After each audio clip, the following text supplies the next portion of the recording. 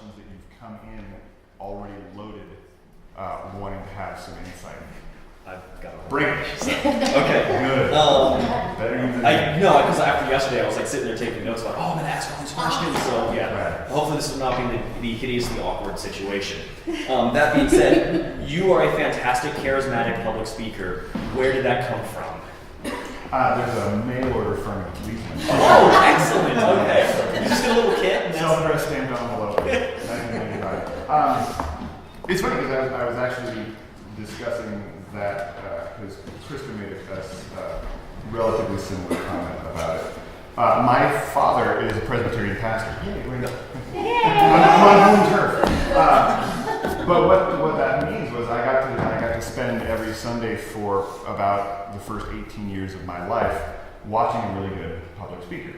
My dad's a very good pastor, and he's very engaging. So like I said, I got to spend an hour a week watching a very well-trained public speaker, for lack of a better phrase, don't take this the wrong way, especially if you see this, Dad, work a crowd, you know? To be able to communicate whatever it was that he wanted to communicate, whether it was joy or solemnity or what have you. And he also has a very, as I'm demonstrating right now, a very active presence. He wasn't one of these guys that would just kind of stand behind the pulpit for 20 minutes and just kind of lecture in monotone. You would have had to nail his feet to the ground to get him to hold still. He would always kind of come out from behind and kind of walk around and do that sort of thing. So I had a very strong template to work from in that regard. That my dad's just very good at this sort of thing. And everyone has that teacher that you have at some point in your life that's the one that changes everything for you, right? Whether it's an English teacher or a math teacher, whatever it is. That one that you can always remember had a huge impact on you. I had one of those, an English teacher when I was a junior in high school, and she was a phenomenal teacher. It's not that she was such a brilliant speaker, but she was so passionate about the subject. She was so into all the stuff that she had to say that you couldn't help but get excited about it too. I did not care about Henry David Thoreau at the beginning of the day. And I still love Thoreau now, specifically because of her. And that was something that I think kind of rattles around in the back of my head, maybe on a subconscious level, is if you really love something, don't be afraid to just show all of your cards. Just let all of that out all over everybody. There's no percentage in trying to play it cool if you really love the thing, especially when it's something like dancing, where we want to grow our communities, right? We always want to grow, because there's always attrition. We're always losing people for one reason or another. There's always people dropping out. So it's on all of us, you guys in particular, because you're here because you have an interest in teaching, but in a very real way, on everybody in the scene to kind of be active about getting more people to fall in love with this stuff too. And one of the most powerful tools that you can have for this is just loving the crap out of it and just showing that to everybody. That's infectious, and people want a part of that. When they see that you're lit up and excited and happy and it comes from this swing dancing stuff, maybe they're having a crappy phase in their life and they wish that they felt like you, and apparently a rock step and some triple steps can help with that. Dude, that's the way it goes. I got into it, my life was kind of a super fluxy point when I was 18, and swing dancing was this thing that kind of lent an element of stability in an otherwise highly unstable life at that point. And so it saved me from a lot of, who knows what I might have gotten into instead, but I got into this really dorky, clean form of fun with a bunch of like-minded weirdos, and here we are 20 years later. But I think those are maybe the things that have helped me get to where I am and made me who I am right now as an instructor or as a speaker. My dad, and just seeing how he spoke in front of crowds, being animated. Tone of voice is a big thing, and the passion that Mrs. Cutler had. those two things are incredibly powerful. So yeah. So that's my really long answer to your very short question. More. Yes. So I'm going to try to say this in a way that doesn't come across as negative. I've been having a negative experience with it recently, so. We're all friends here, just let it out. Save some. Yeah. I'm very interested in how you deal with your age in this context. I'm older than you. And I've been dancing. Yeah. I pretend I'm 74. And I was very taken by what you said yesterday about all the people who leave the scene as they get older.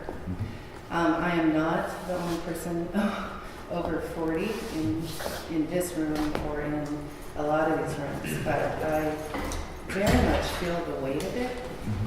And there's a lot of weird social stuff that happens around it.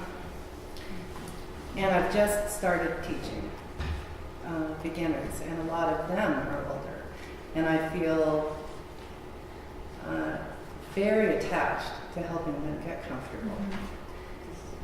Yeah. And I find it really difficult because I feel like the only person in the room who's really attached to it.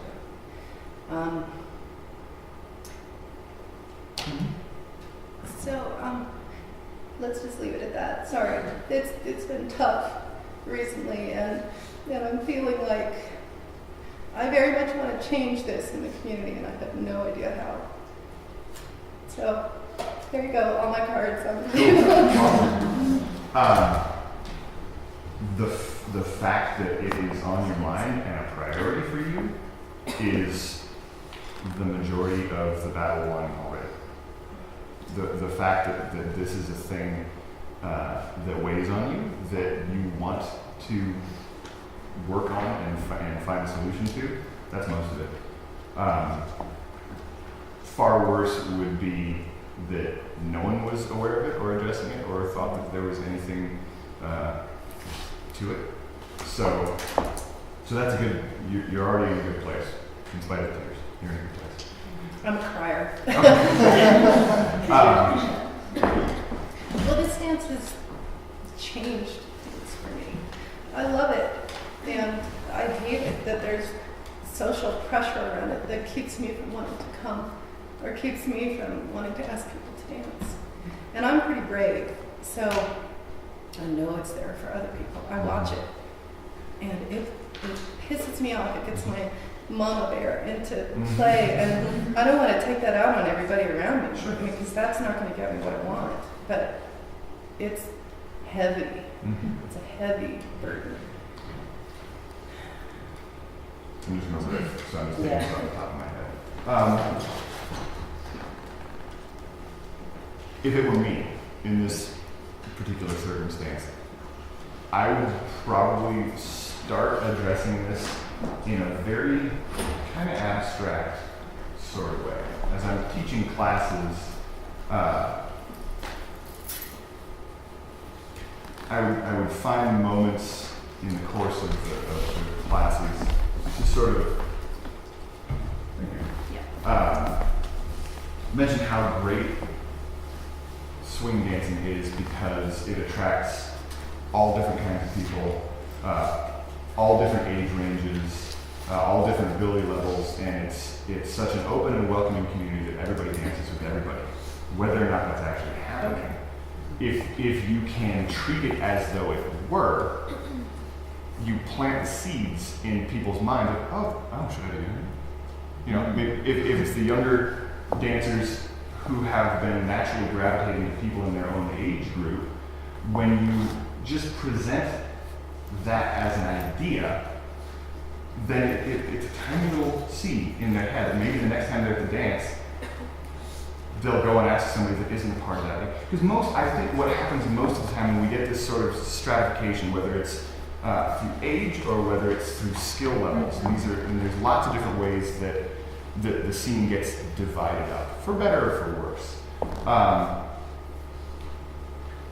I've almost never, I can't say never, but I've almost never come across a I'll just use the term cliques, whether it's an age clique or a skill level clique or whatever, that were being formed intentionally with malicious intent or malice aforethought, or call it what you will. Usually it's just sort of how people naturally wind up grouping themselves. In the skill level thing, it's an issue that comes up a lot in dance communities where it gets misconstrued as a clique, when in reality it's just, well, I've been dancing for X number of years and I tend to hang out with the people that started at roughly the same time as myself. We have similar experiences and we have similar styles and techniques because we learn from the same people.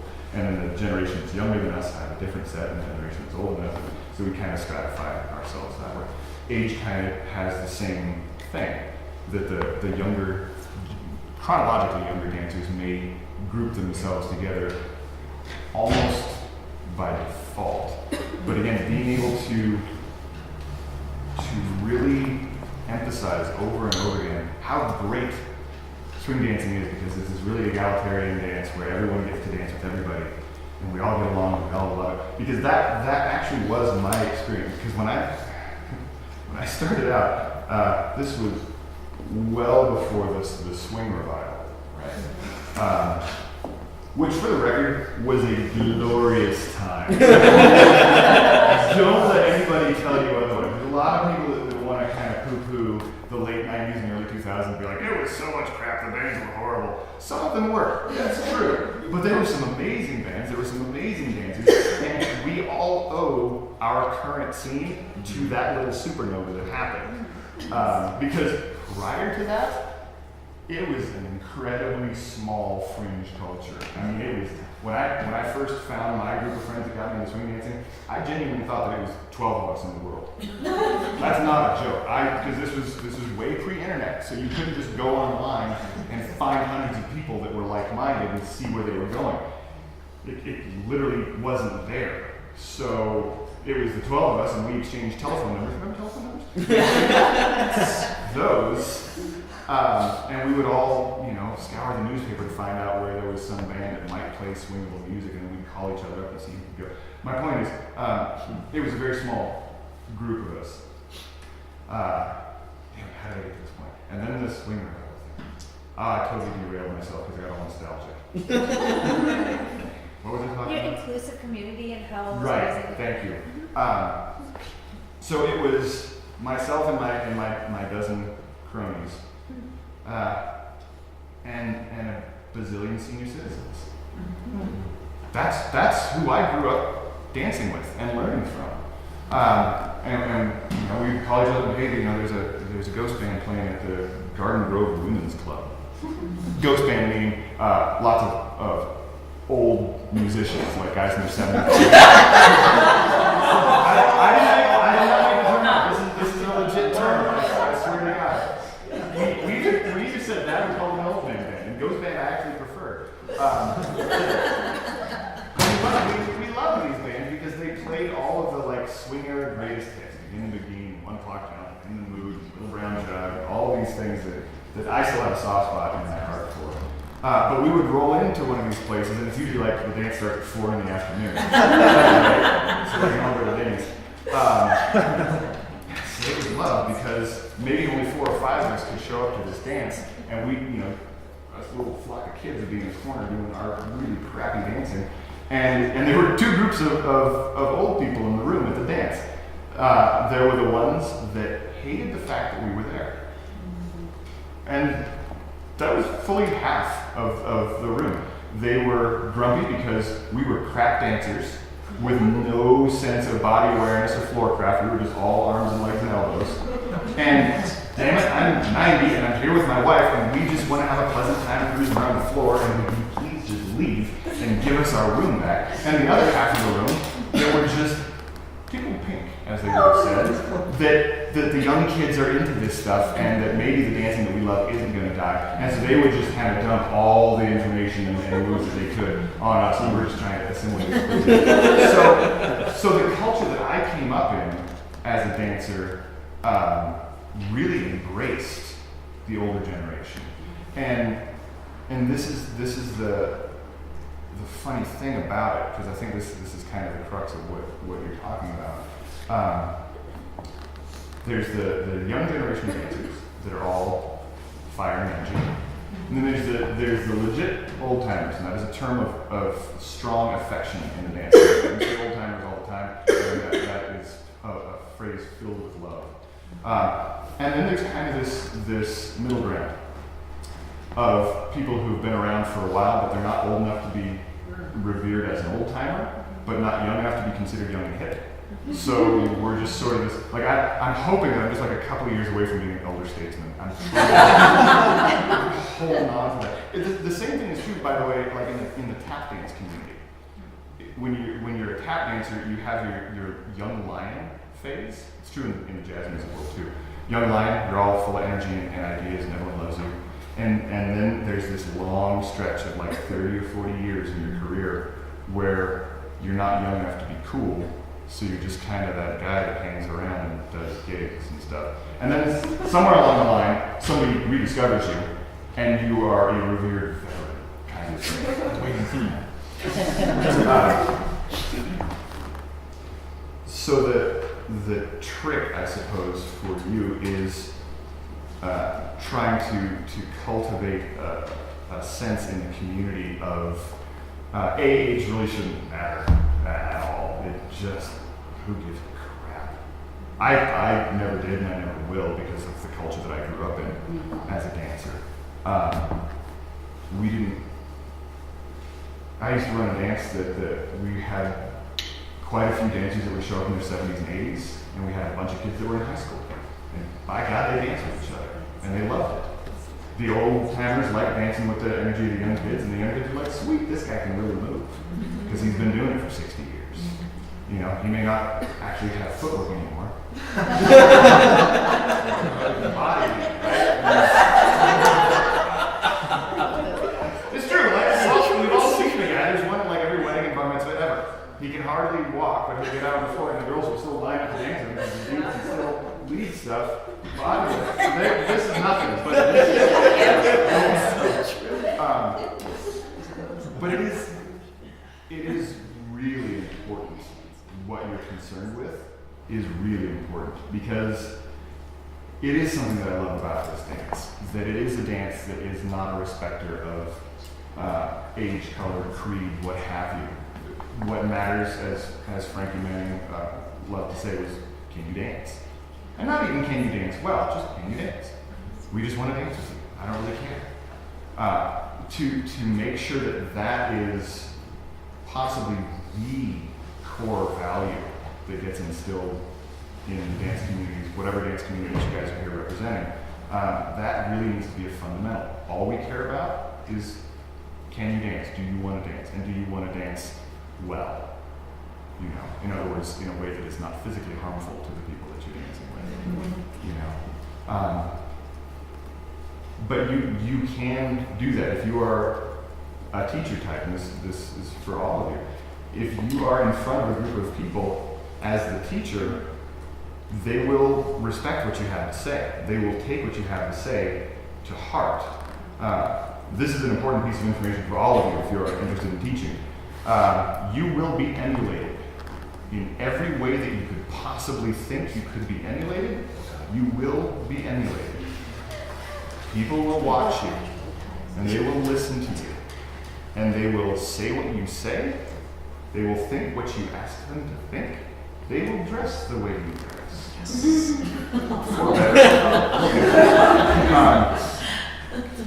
So use your powers for good. You know, if the people are respecting you enough to show up and pay money, they are listening to what you have to say, and you can influence them, and therefore influence your scene to be whatever you want it to be. But it starts with you at the top, and it works its way down from there. And it is, you have way more power than you could possibly imagine. It's occasionally terrifying how much people are paying attention to what you do. But if you have a thing that you care about that matters to you, you can change it.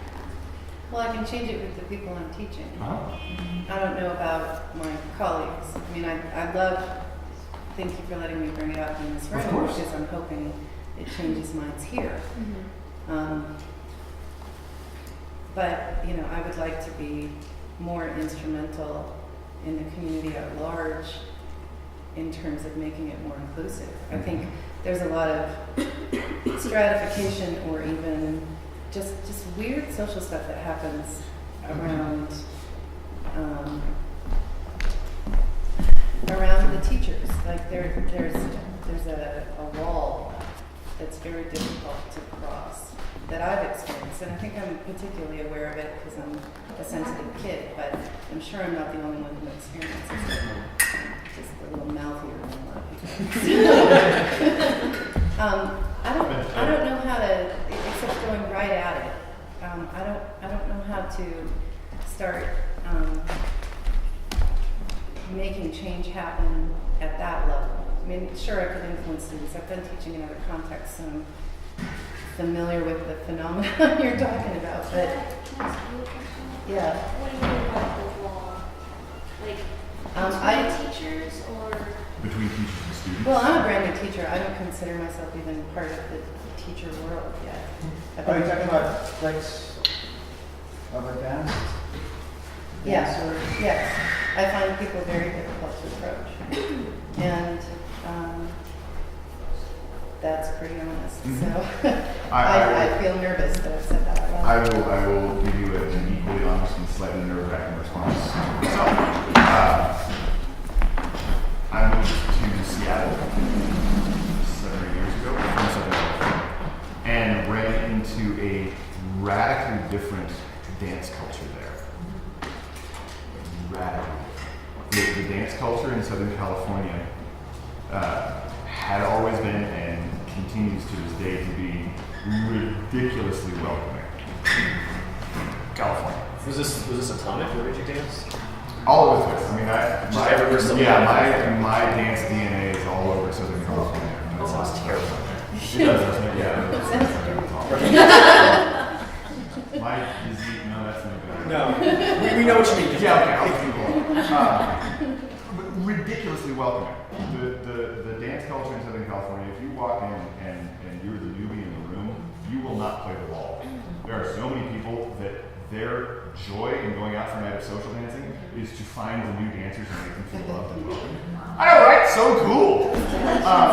Really amazing. The Seattle scene was very different. And I'm not in any way trying to disparage them. I'm just trying to point out what I felt when I got there, which was a strong reticence about embracing someone that they didn't know. Which is hard if you want your scene to grow and thrive. It's kind of counterproductive. Is that just Seattle? I mean, it could well be other things, but boy, I sure felt it there, and it threw me for a loop. I didn't go out dancing very much for probably the first 2 years that I lived there, because I just felt not in any way welcomed by anybody, which is a drag. Because I don't suck. I want to just have a good time. Can I play with you? But then, you know, after a while of not having had the opportunity to teach classes on a regular basis, I get twitchy when I can't teach. It drives me up a wall because I love it so much. And I was teaching private lessons a little bit here and there. I had one guy that I was working with regularly, so I was kind of getting it out in that way. But there's no substitute for me for teaching group classes because it's just a different energy that I just freaking love. So I finally was like, screw it, I'm going to start teaching group classes myself. And it was out in the middle of nowhere. And it started out incredibly small, but it slowly built up. But it was way far removed from the Seattle scene proper. So I was kind of on my own. So I was kind of able to create a new culture on my own. And because I'm a relatively positive person, that kind of gets spread through your students. Like attracts like, for one thing. So people that want to show up and be grumpy, probably not going to come to my classes. Because I'm not a grumpy person, and I'm either going to make you not grumpy anymore, or you're going to storm out of the room because I'm way too upbeat for you. I don't care. We'll stick with the happy people. And so I wound up kind of fostering a community. Again, unfortunately, was separate from the Seattle scene itself. I didn't want that to happen. I was working pretty aggressively at trying to make sure that the people that I was teaching classes with and were coming to my dances, I was always aggressively pushing them in my classes. And you should also go and take from these people over in Seattle, and you should go to the dance of the century, and da da da da. And my people would go to those dances, and they'd come back and go, we don't like it over there. They're not friendly. Nobody seems like they're having a good time. Everyone's just really sour and just kind of standing around. And after a while, I just kind of had to accept that I had done a thing over here that was what it was, and slowly, and it did eventually happen, slowly, I keep coming up with these awful metaphors in my head, my scene began to infect. Infiltrate is the word I was looking for. The greater Seattle scene. And I knew it was working because some of my pro colleague friends that would come through every year to teach were eventually saying, it seems nicer here now. It seems friendlier. You know? And I'm like, yeah. Because it was, I will give you an anecdote.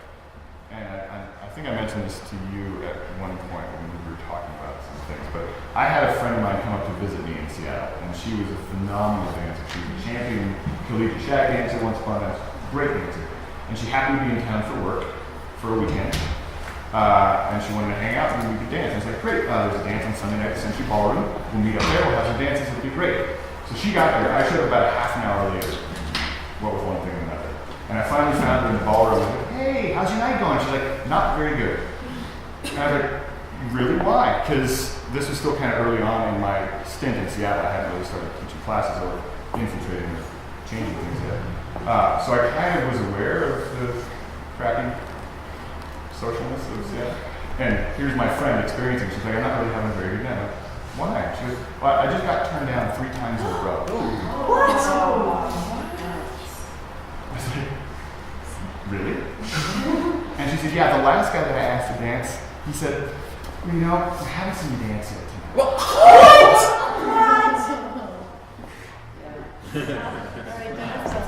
Which, honestly, that was a formative moment for me there, because to me that was like gauntlet thrown. I have got to change this, because this is embarrassing to me when my friends come to visit, because for better or for worse, they're associating that scene with me, and that's horrifying to me. Horrifying. And so that really lit a fire under me of, I'm going to do whatever I can on my own, in my own little space over here, to try and make some sort of change happen. And it's still happening. I've moved away, but my venue has been taken over by my former protege, and he's growing it like crazy, and the culture is changing, and it is getting better. But it's a long road. But you absolutely can influence it yourself, because you're a teacher. They're watching, they're listening, and they will emulate you. Thank you. Yeah. I've lived my last 20 years listening to you speak, and I'll blow my cover. I'm over 40 and then some. And I lived the 90s swing revival, and I danced before that, and I danced in Chicago, where I'm from. We'd go to ballrooms, and they'd set it up that we could dance. The old timers knew we were going to come. They'd line up. So I grew up in a very mixed dance environment. Chicago, all the swing dancers in the prime were like late 20s, early 30s. In Denver, they were like teenagers and early 20s. And it'd be the difference between dancing and having alcoholic beverages at night in Chicago, and over here we go out for ice cream afterwards. But it didn't matter. I mean, it didn't matter how old we were. I mean, on the dance floor, it didn't matter. It shouldn't matter.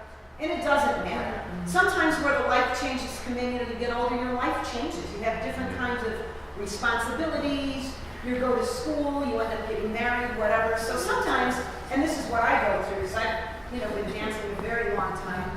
I go out and I'll dance with everyone, but I'm not the person that they necessarily call up to hang out with afterwards. But that's okay. That's okay because we share the passion of dancing. We all work towards creating more of it and making it lots of fun. And when I would get depressed or, insecure about anything, about either my dancing or my age or whatever it is, if I vanish, then everyone that was there with me, then they don't have someone like me that they can relate to. Right. So everyone's experience is really important, and your experience and how you feel. Sometimes we have to be brave, and keep ourselves out. So that's all I wanted to say. And thank you for the walk through the whole thing. It's really cool. Yeah. And it was an awesome time. Yeah. Whether the bands were good or not, because there was live music everywhere, we were everywhere. Mm-hmm. You could dance 7 nights a week in a bunch of different places, and people loved it. And the thing with you just kind of mentioned the going out after dancing with people sort of thing, how that changes over time. Again, when I was kind of getting my stuff off the ground in Seattle, I made a semi-joking reference to Denny's, but Denny's is like that bond goes everywhere. Because it's always the place that's still open after a dance falls, right? It's like the one reliable place, no matter where you are in the States. You can go and get really crappy food that's cheap. The Saltwork place that you just lost while dancing.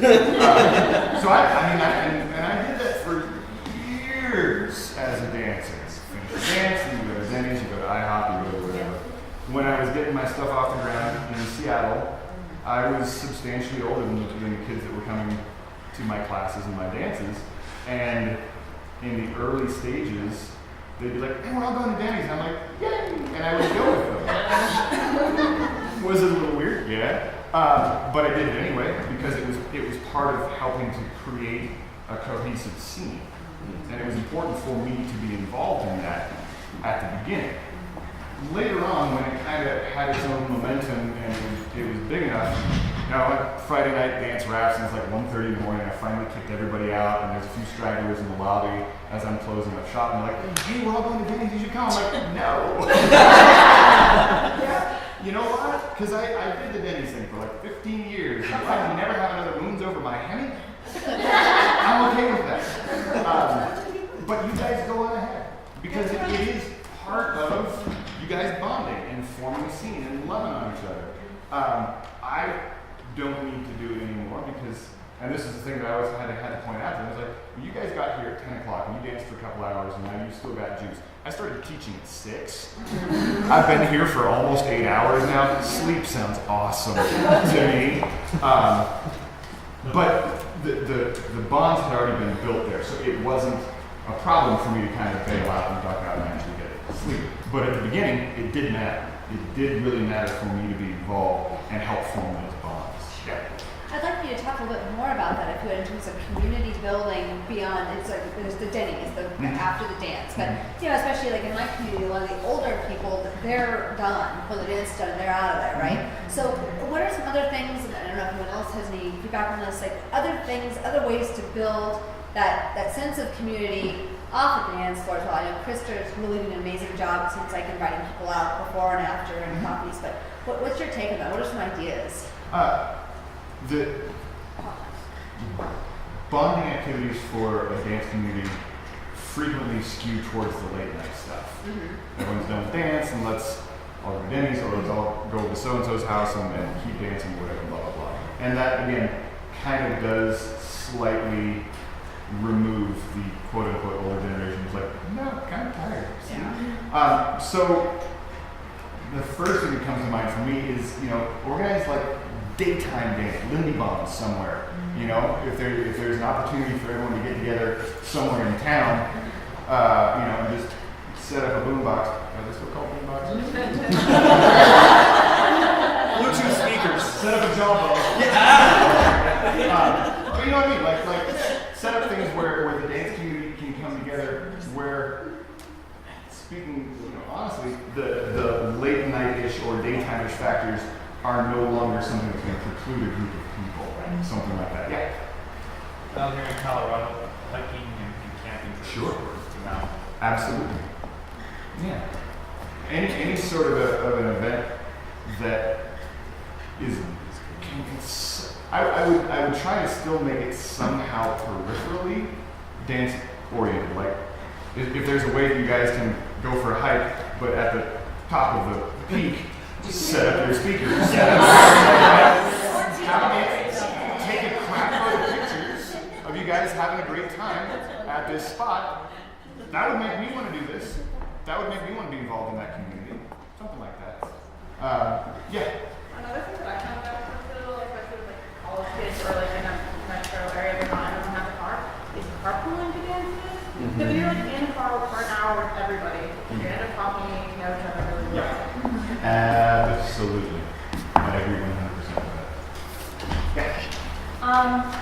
This is a little veering away from this particular Like I said, freeform. but I feel I'm probably a long way off from being able to teach moves. I'm still kind of new to actually knowing Lindy Hop, but in the future I would like to be able to do it. The question I have is, how do you actually start a class? Like, how do you go about doing that? I would say, and this answer is going to come basically because it's how I started, so that's going to color everything that I have to say. If there is any way for you to start off assisting an already established instructor somewhere, do that. Just so you can have some sort of something to start with, a set of ideas, a set of techniques, some structure. Whether you stick to that for the rest of your life or whether you shape it into your own thing later on, up to you. But start somewhere with somebody that's already established and hopefully relatively successful, so that they're a good example of how to do it right. Because that's what I did. I started off assisting my Lindy Hop mentor for probably a year, maybe a year and a half even. And I played the follow when she was the lead because she'd been dancing for quite a long time. She was awesome at it. And I basically started learning how to dance correctly because I didn't want to make an ass of myself. We'd be in the middle of the circle, and to begin with, she was being the follower, and she was having me try to lead her. She's like, "Okay, so now he's leading an outside underarm tuck turn." I'd be like, "What the hell's that?" I seriously didn't know what those words were, and so she would kind of like back lead herself through the movement, and at the end I'm like, "Okay, note to self, outside underarm tuck turn." Got it. But that was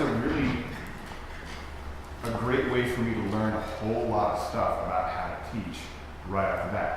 Rhythm of rotating the class, rhythm of material presentation, when to play music and when to not play music, how often to interject new moves and new ideas versus repetitions of those concepts. All these things I was able to experience firsthand from a really experienced teacher. She started Lindy hopping right around 83 or 84, which is pretty far back. It's almost as far back as you can go in what we consider the swing revival, greater swing revival era.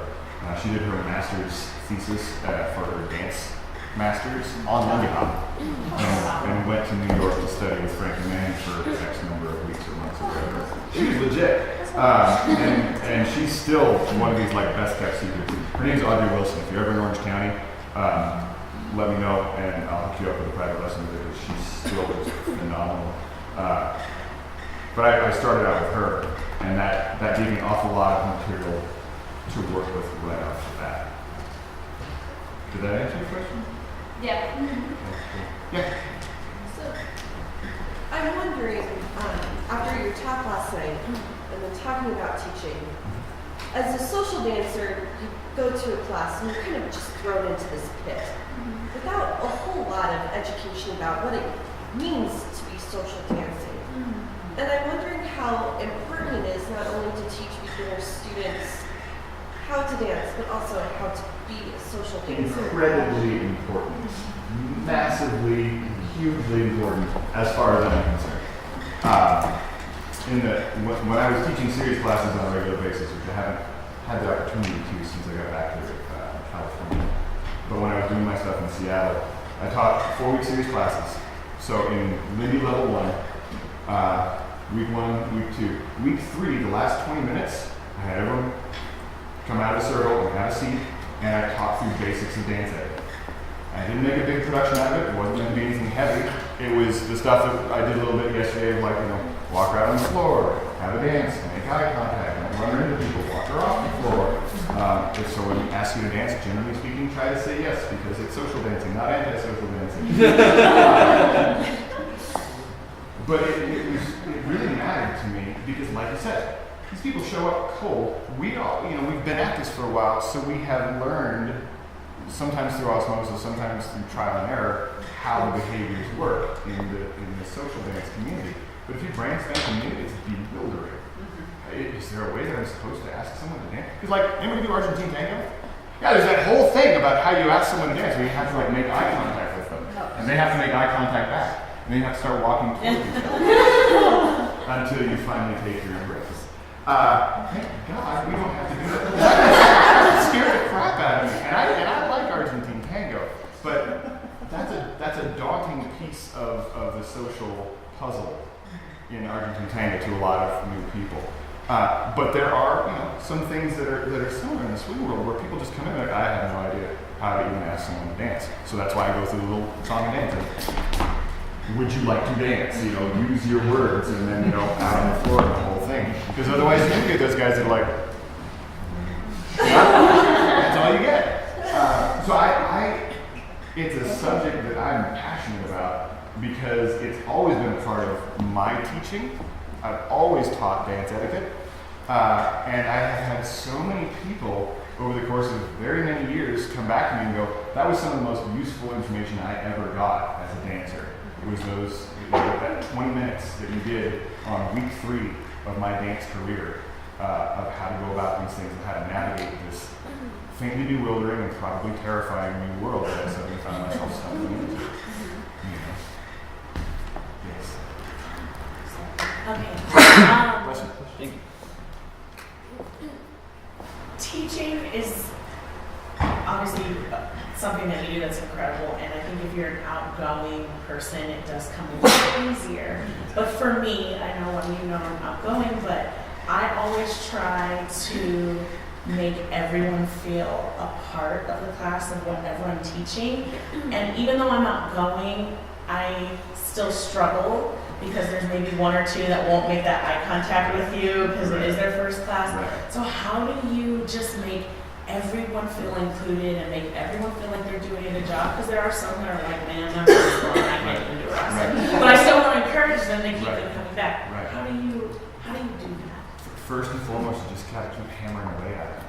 If they're the ones that are a little shy, maybe a little socially awkward, and this is the first thing that they've ever been able to do, where they're able to interact with a group of people, and it's working. And for the record, and a lot of you may already know this, but for those of you that don't, swing dancing tends to attract people that don't necessarily have a full complement of social skills.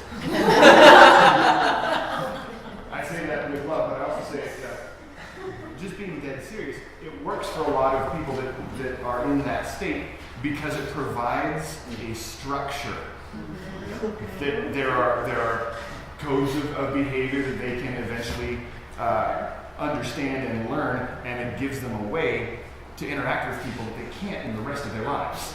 So they at least know how to deal with these persons. And also, it provides them social interaction in very limited doses that they can cope with. And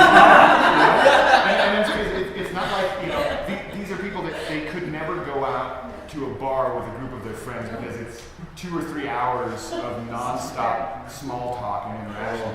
But swing dancing means they can go and be in a large group of people and get that sense of belonging and togetherness, but they don't actually have to interact with someone for 3 minutes. You don't even really have to talk to them. Like with this, they still get to communicate because we're dancing as a language, but they don't have it. So anyway, keep hammering away. So I call them out. No.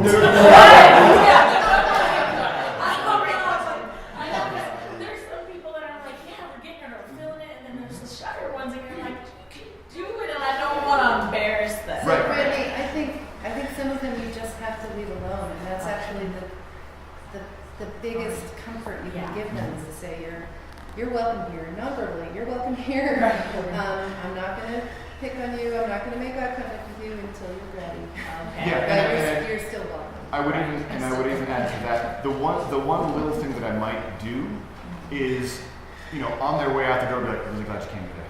Yeah. Just that tiny little thing of, I'm personally glad that you were here. I noticed you. Yes. Because I want to notice them. Right. But I know I can be overwhelming to some people that are like, yeah. And I'm like, I'm so excited you're here. Right. And they're like, whoa. Yeah. No, so like I said, when they're on their way out the door and they're basically across the finish line where they feel like they can make a break for the car. Right. Hit them then remember, really glad you came today. Okay. And then, talk to other people. I had a really, a story that I'm personally proud of. There was a girl that started taking dance lessons when I worked at Atomic Ballroom where I work right now. But the first time around, in the first couple of years that the place was open, this little girl named Lila. And socially awkward in the extreme. A lovely human being, but just incredibly shy and nervous.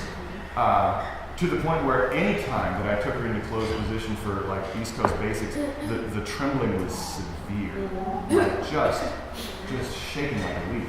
And sometimes, going through just moves and movements, she would like tear up because it was just so overwhelming for her. And she was doing privates, thank God, because it was less interaction for her to have to cope with. And after like the second or third lesson, I was like, I'm really glad you're coming, but out of curiosity, what are you doing here? Because in the back of my head, I'm like, this is clearly freaking you out. And she said, well, it's kind of a challenge for myself because I know I have a hard time interacting with people, so I'm kind of forcing myself to do this thing that's outside my comfort zone, and it's really scaring me. I was like, cool, let's just keep doing what we're doing, keep coming and taking private lessons.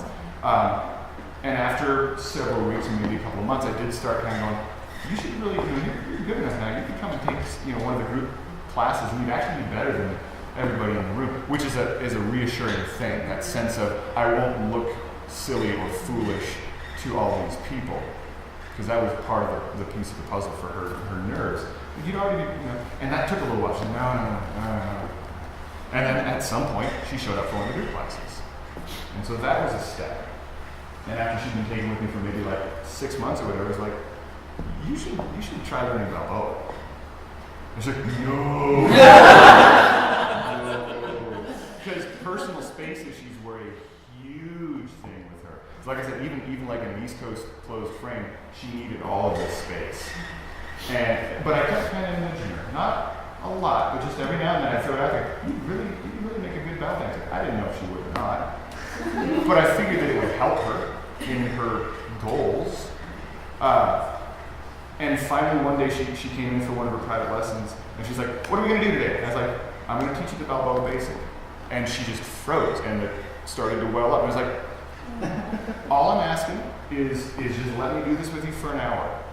And if at the end of that hour you hate it, I will never ask you to do this again. I won't even bring it up. Just let me do it for an hour. Just let me show you how fun it can be. And it was work for her to close that distance. And I was insisting, like, no, we can't.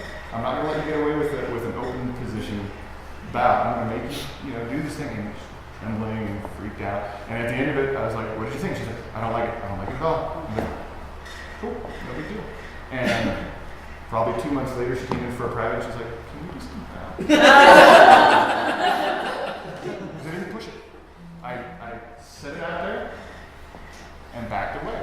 I'm not going to make you do something that you don't want to. But I do want you to understand it so that you're not afraid of it because you don't know what it is. It's just a thing. It's just a dance, and yes, there's a close hold, but it's just a dance. She loves Balboa now. She is a fiend for Balboa. She joined a performance team. Wow. Yeah.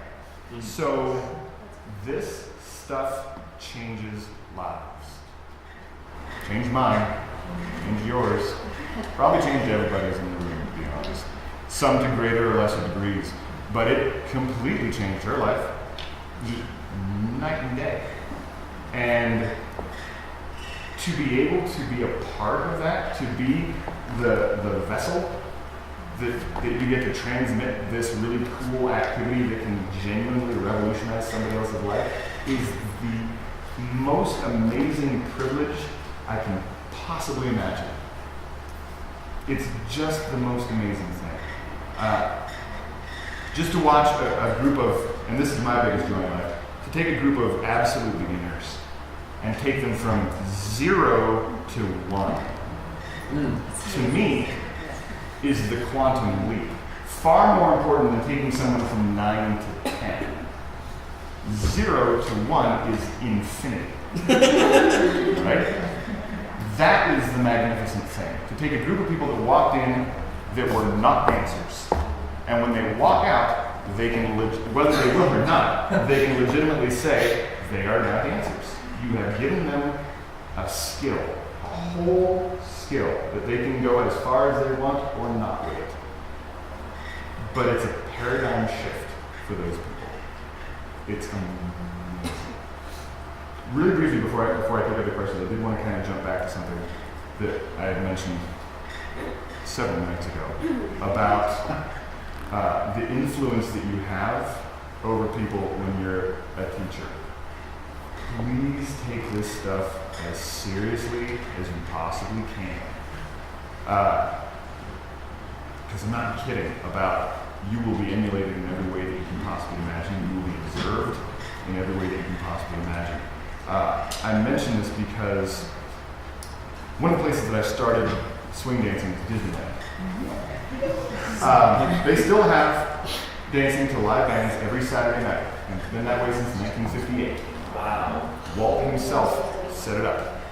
Built an area called the Carnation Plaza Gardens in a little pavilion next to the castle. And back in the day, every band that was anything played there at some point. And if you're in the green room backstage, they've still got the placards that they would put out in front of, playing tonight, and then they would have a little card. They still got all those cards hanging up. Les Brown, Duke Ellington, Count Basie, Harry James, Benny Goodman, everybody. If they could still put a band together in the 50s or 60s, they came through and they played Carnation. So it's a cool place, just the energy, just the vibe of knowing I'm dancing in a place where Duke Ellington played at some point. That's rad. So that was one of the places that I started dancing. And what was one thing and another, and for whatever reason, I wound up kind of like the leader of the gang kind of thing. Like the dancers there wound up looking to me as someone to emulate or whatever. I was a scene leader by default. It kind of happened, I don't know how. But I noticed that it was influential on these people. I always liked dressing up. From even before I was dancing, I was wearing suits and things. And so it was just always something that I liked to do. So every night that I went out dancing, I was always in a suit. And so all the other guys started wearing suits. And then all the girls started wearing dresses and doing hair and making the thing. And it made for a really nice night, really cool. It added to the thing. And I always, went on with the thing and stuff. And everybody did live on with the thing. It was very pleasant and very open and very welcoming. And after I was there for about 2.5 years, I got a professional dance partner who we were going to start working professionally, which meant I wasn't going to be there on Saturday nights anymore because we were usually going to have gigs and things. But I had a guy who was kind of my protege at the time. He was kind of my right-hand guy. And so I took him aside one night when I knew that I was going to be leaving, and we went for a long walk around the park. I was like, you need to understand, when I'm gone, everyone's going to look to you. You're like the next in line to the throne, kind of thing. So be ready for this. You're gonna show up and you're gonna park your car, and from the minute that you get out of your car and close the door, you're on.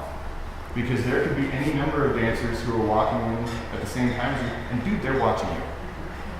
They're watching how you're dressed. They're watching who you're with. They're listening to how you talk to those people, the words that you say and how you say them.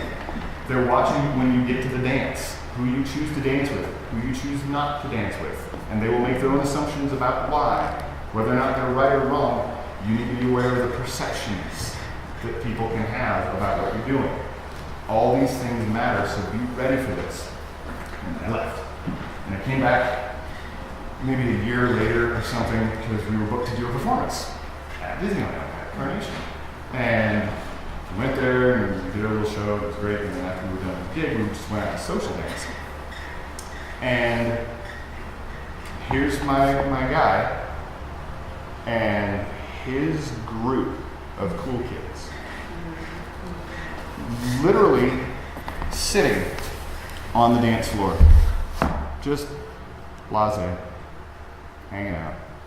And every now and then, if the band played a song that was good enough for them, maybe he'd stand up and he'd take his partner and read it out, kind of go through the motions of being badass and stand there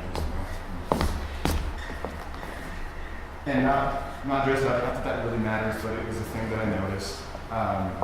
And very isolated and very, definitely had energy. And on the other side of the dance floor, physically as far away as you could get, was a group of kids, like probably high school age kids, all done up.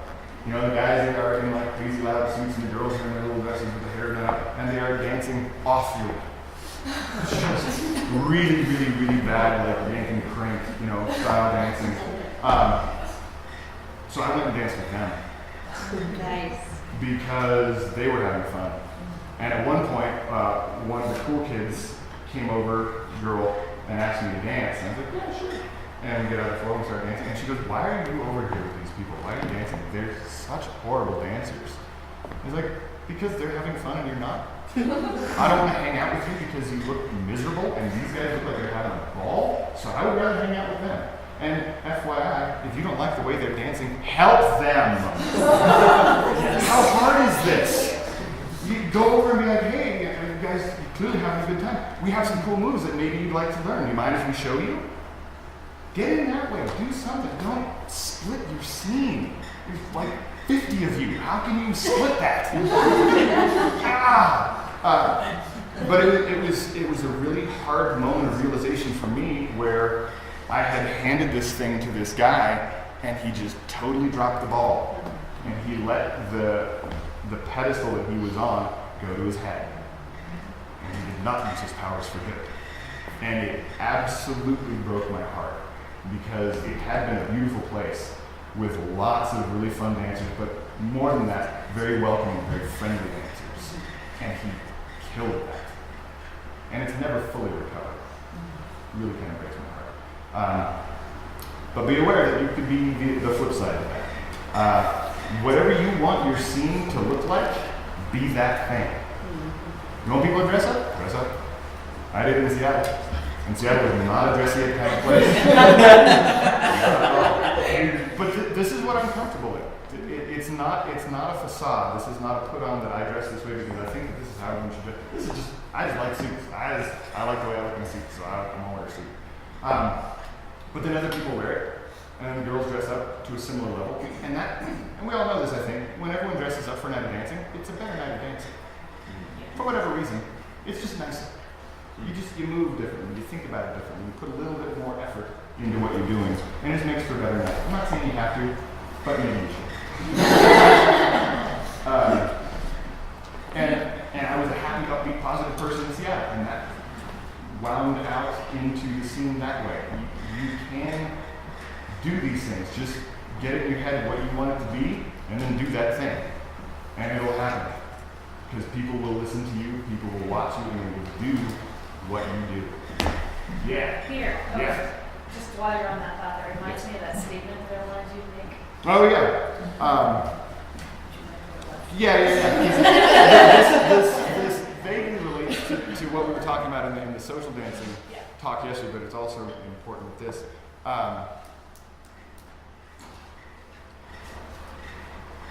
I say yes to pretty much anybody that asks me to dance because I genuinely love dancing with everybody. Down to the marrow of my bones, I love dancing with anybody. And somebody said at one point, a friend of mine, she's like, one of the things I like about you is that when somebody comes up and asks you to dance, you say yes, and you say it in a way that makes it seem like you actually really want to dance with them more than anybody else in the room. Like, I do! If someone, especially if someone asks me to dance, What a compliment. It just is. Whether I'm the instructor guy or not. One of my real joys in life is going to a scene where I don't know anybody and nobody knows me, and I can just show up and be Joe's social dancer for the night because it feels normal again. And people will just dance with me as a normal person. They're not trying to put on maybe a little bit of extra flair because they're trying to impress the teacher guy or whatever. It's just a nice night of dancing. But it's always just intensely flattering to me that anybody wants to dance with me, to this day. Somewhere in my head, I think I'm still that really dorky 13-year-old with a flat top. Not a good time. So again, it is just, I really do love social dancing so much.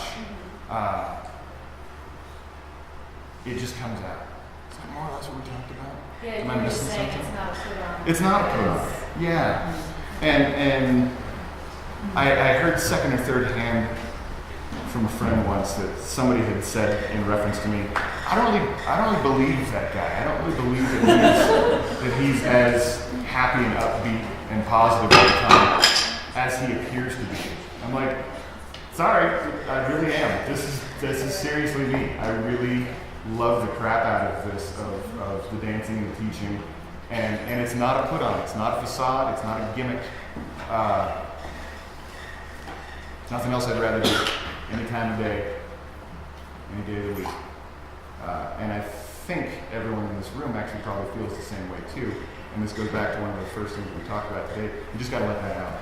If someone comes up and asks you to dance and you're excited about it somewhere in here, bring that out. And just throw it all around the room.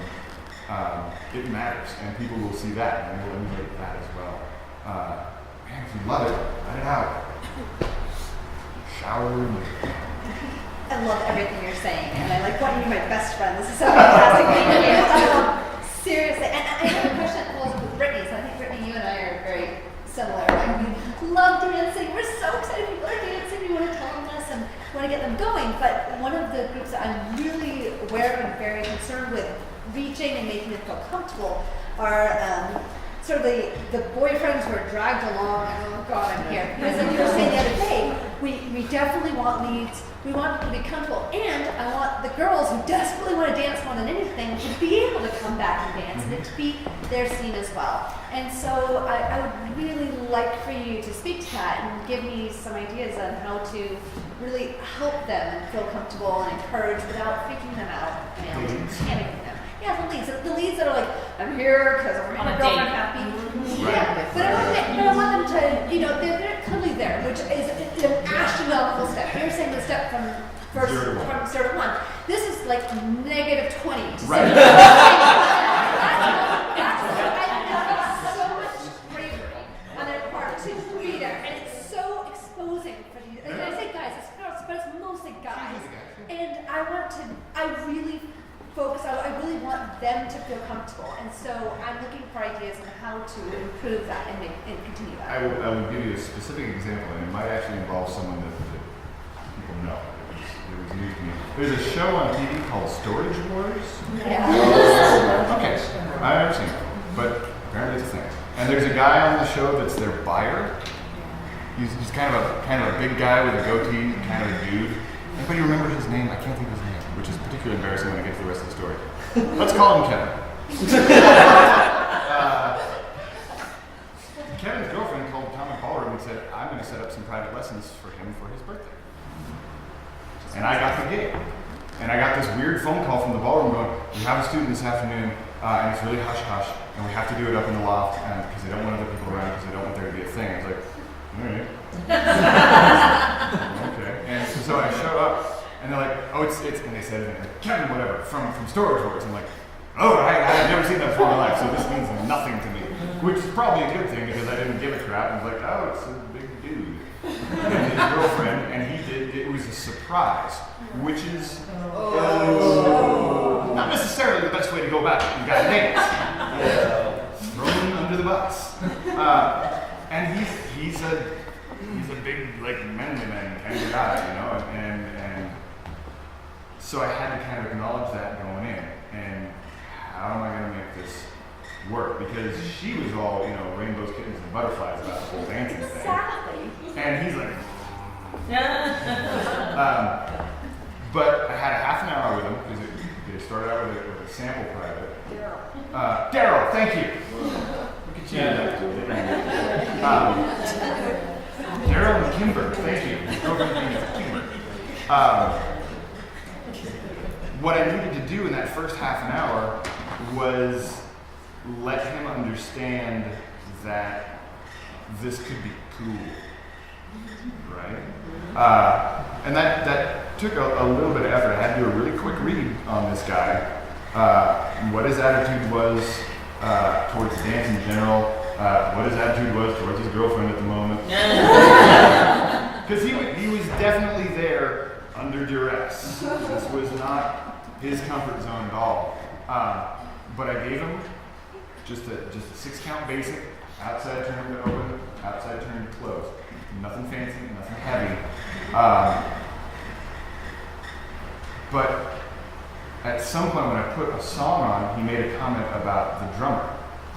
And it turns out he plays drums a little bit. So I go, oh cool, so you'll have a natural sense of rhythm, so that gives you a head start. So he's an in. So now, there's something in the back of his head that goes, I may hate this, but maybe I could be good at this. Maybe I'm not just going to be stumbling blindly through a completely foreign thing. So I had to find that a purchase, a point where there was some, this is a distant connection, but some form of connection. And I didn't make any promises. It was just that, you'll probably have a better sense of rhythm, so this might come a little bit easier for you than other guys. Which again, gives him a sense of being better than other guys. And at the end of the lesson, and I made sure that I played, songs that were kind of upbeat and user-friendly for the guy. They did sign up to take more lessons. Then that was not the big deal yet, because I was like, work is not even close to done here. And the next lesson they showed up, and he was not taking it seriously. He was clearly just, I'm here because Kimber wants me to be here, so I will just kind of sluggishly stand around and kind of listen to what you're saying. And in the fourth lesson, I was working with him on his triple steps, and there was something weird with his rhythm. And I was like, you're a drummer. It needs to sound like this. And I did it. I was like, what it sounds like right now is this. It needs to sound like this. And he listened to it, and he tried it, and it worked. I was like, exactly. That's what you need to do while you dance with her. And he tried it with her, and obviously it worked better when the rhythms lined up. And something clicked at that point. And it became, in his mind, I could see it, this is a puzzle. This is a challenge, and I just had a success with it. And then there's that hunger to do that again, right? Because then the rest of the thing, like if he's trying to learn another turn, instead of just either A, being frustrated and just throwing up his hands, or B, not giving a crap because I don't really care about this anyways, it's Kimber's thing, it's, okay, well what piece of the puzzle do I not understand about this movie? Why did that not work? And he and I would work on it together. I know what the problem is, but it was more valuable for him that I let him chase it down himself. So in that particular case with this particular guy, a very specific set of circumstances, I had to kind of do a little psychoanalysis of where he was coming from, find a way to make him connect with it a little bit, and then lucked into another way where he made a jump on his own. But boy, when that jump happens, because it'll happen eventually, it may take 4 lessons, it may take 40 lessons, but when that moment happens where something finally clicks, pounce on that as quickly as you can, because that's the little bit of momentum. If you keep pushing that snowball, it works. But if you let that go, you gotta wait for the next one. And who knows how long that's going to be. You just underscored for me the importance of me learning to lead. Because I'm thinking about these, since I am teaching grade beginners, thinking about these moments after the lesson where I'm dancing with these guys who aren't getting the rhythm, and they feel like very delicate moments. And I'm often not sure what to say, except, keep at it and you'll get it. But that feels a little bit like empty encouragement. And So I don't know if you can speak to the challenges of being a follow and a teacher of leads. You gotta learn how to lead. Yeah. In the same way that I had to learn how to follow. Yeah. Because eventually I'm going to be teaching class by myself, and I need to be able to demonstrate the movements for both groups. I need to not be at the mercy of, I can't teach the class today because my partner's not available. If you're serious about being a teacher, you've got to have the full complement of skills. Anybody want to know where I taught myself the footwork for a follower swing up? In jail. Want to hear the story? I'll make it quick. I got a ticket at one point, and I failed to pay the fines for a complicated series of reasons. And the fines kept growing until they blossomed into a warrant for my arrest. Which I didn't realize until I got pulled over on Beach Boulevard in Huntington Beach on my way to a dance in a black and white pinstripe, three-piece suit, and a fedora and two-tone shoes. I get taken out of my car and patted down. You know, and for all I know, like all my friends on the way to the dance driving by. And everybody else driving by, like, hey, Brian got out the phone. And they cuffed me, and they took me downtown, and they booked me, and they put me in a cell by myself, thank God. And I had a couple hours to kill before my mom, thank you mom, came to force bail and get me out. I had a couple hours to kill. They had taken my shoes, so I'm just in my socks. Aww. There's a smooth floor. Got a couple hours to kill. 1, 2. Did they look at you? Did they look at you funny? No, nobody else was around, so it kind of worked out. I mean, I'm sure I was on the security. Oh, I'm sure. But I always have to make sure that I tell you, I learned the follower's footwork when I was in jail for a night, rather than I learned how to follow in jail, which has it implies other things. Semantics matter. No, but it is hugely important to learn at least the basics in any dance that you're going to be teaching in both roles, lead and follow. Absolutely, absolutely. And it doesn't mean you have to be a great lead. It doesn't mean that I have to be a great follow. I just need to be able to do it better than the beginner. That's the bottom line. Yeah. I have a question about teaching the dynamics between you and a partner and how to handle conflict and possibly in-class critique if it's necessary or if it should not happen at all. Between partners, between teaching Yeah, partners. like if one Not in front of the person's... kids. Yeah. That's my bottom line. Not in front of the kids. I didn't And hear the question. I'm sorry. how to handle the dynamics between teaching partners when there's a conflict in a class. Like maybe there's a disagreement over a piece of technique or a movement or what have you. Been through it. There have been times when it has been unbelievably painful for me to bite my tongue because the thing that my partner is teaching is something that I categorically disagree with. Just could not disagree with more strongly. But I will swallow that.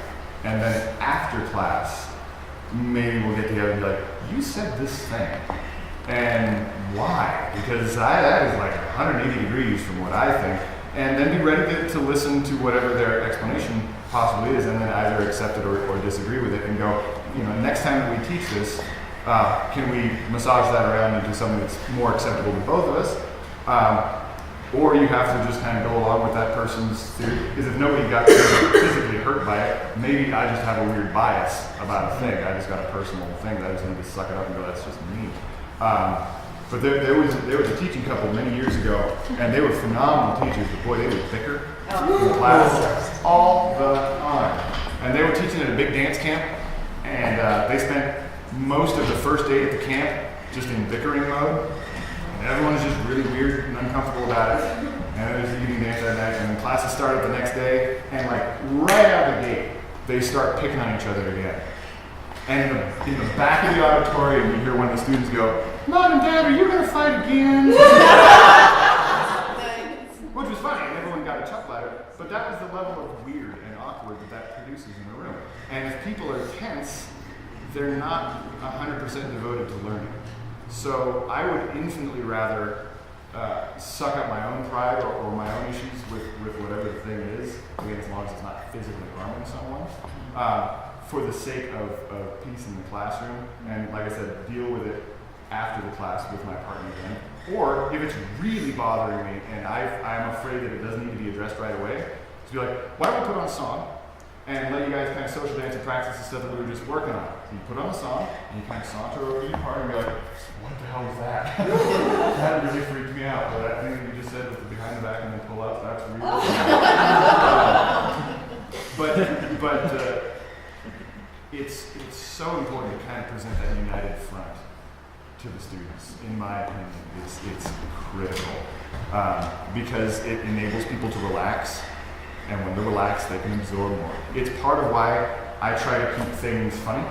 I try to make people laugh when I'm teaching classes. You know why? If they're laughing, they're listening. You know? They have to, by default, be paying attention if they chuckle with the joke that I just said. And while they're laughing, I'll move on to the next piece of technique because I know they're engaged in that moment. Okay? I'm not saying you have to be a natural comedian, but I would say try and find some funny bits that you can work in. Even if you steal it from other instructors, poach my material, knock yourself out. I don't really care. I've stolen jokes from other people all my life. But it helps keep things moving along. You know, it doesn't have to be a comedy act. But again, if they're laughing, they're listening. And you can almost trick people into learning things while they're laughing. It's really important. Other questions? You got 4 good questions. If you're in a dance team, you're like kind of like one group leader, and you notice there's a group of people who are kind of like not the friendly style you want to be building, and kind of like moving and nitpicking, is making a disconnect between them and the rest of your social team, because they're making people feel bad about the dancing, or they're not engaging or doing people. How do you address that without telling them that they need to change who they are, because it's causing a problem with them? I think I have a 2-part answer to that, and it depends on the degree of the problem. Like if it's a person who is actually like almost aggressively being mean to other people, like they're bad mouthing someone saying some other thing, what the hell's wrong with that? You know, I was trying to do this inside turn and you went the wrong way and you should have done this and that sort of thing.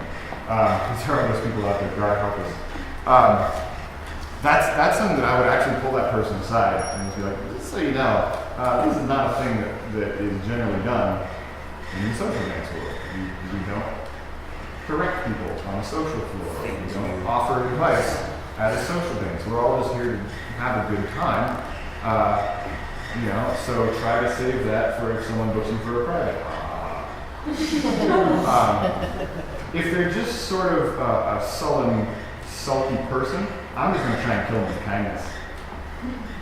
And I'm going to probably go out of my way to be around that person a lot and just sunshine to death. You know? Because one of 2 things will happen. They will either kind of come around, maybe reluctantly, but eventually, and I'm not saying they'll necessarily turn into a ray of sunshine themselves, but maybe a little less of a little black rain cloud. Or they'll realize that their crap attitude is not being reinforced and engaged here, and they'll move somewhere else where they can do that. And I'm not saying chase away the needs. That's not my point, because I would far rather help them fold into the scene, because I want everyone to love this stuff. But there are some people whose the way that they interrelate with people is through negativity, just being crappy to other people. And no, I'm not going to engage with that, and I'm not going to reinforce that behavior on a scene that I'm responsible for. I don't want your negativity and any angst and anger in my scene, so I'm not going to engage with it. I'm going to try and turn it around. And if you're being a jerk to the people on my scene, I might call you out on that. I'll probably wait until there's nobody else around. You know, I might sidle up to you and just be like, why did you say that to someone saying you raised their feelings? You would knock that off. Because again, if you are the scene leader, you can say these things. You can. And you're not being mean. You're just influencing things. I'm responsible for the tone and the tenor in this room. Bring it down, man. Yeah. What if that person is a scene leader or the scene leader? No. Oh, yeah. He said, what if that person is a scene leader or the scene leader, the little black rain cloud? Team up with the other kids. Okay. Because that was one of the things that I kind of ran up against in Seattle was that some of the people that were, being looked up to and were in charge of things were not the friendliest, most outgoing people. This is not necessarily the most workable answer, but my solution was, I'm going to go start my own damn scene. We're all friendly over there, and people will either stick with you and be grumpy with you, or they'll come and hang out with the happy people over here. Because that's a toughie. That's a really tough one. But I will say, if you come along and present a happy alternative, most people would rather hang out with the happy. It's a pretty easy fix. And then again, the person who's the scene leader, is the grump, they have a decision to make at that point. They can either continue in their crappy behavior and watch their pool of people dwindle down until they're just left with other similarly crappy people, or they'll turn it around, or they'll at least adjust it somehow. Yes. Some of what we're talking about sort of makes me think about there's lots of different styles and personalities in the scene. Going along with the age diversity thing, one of the things that's close to my heart is being kind of an introverted person in the scene and being sort of a leader in a sub-scene. And some of us have talked about this a little bit before, but it's kind of like friendly and outgoing overlap, but they're not like outgoing. Like you don't have to be outgoing to be friendly. True. So how do people that have a quieter style, like I don't necessarily want to go out and dance with every single person in the room, and I don't approach things the same way that you do. Sure. But how do I not be the snobby, bitchy person in the corner who's like perceived as not contributing to the positive environment? You're not. I would suggest, and again, I'm just riffing off the top of my head. I would suggest, in as much as you can find it in your comfort zone, try to not actually physically stand in the corner. And that's not really a joke. I'm dead serious because I know for a lot of people that is literally their comfort zone is I'm going to stand in the corner.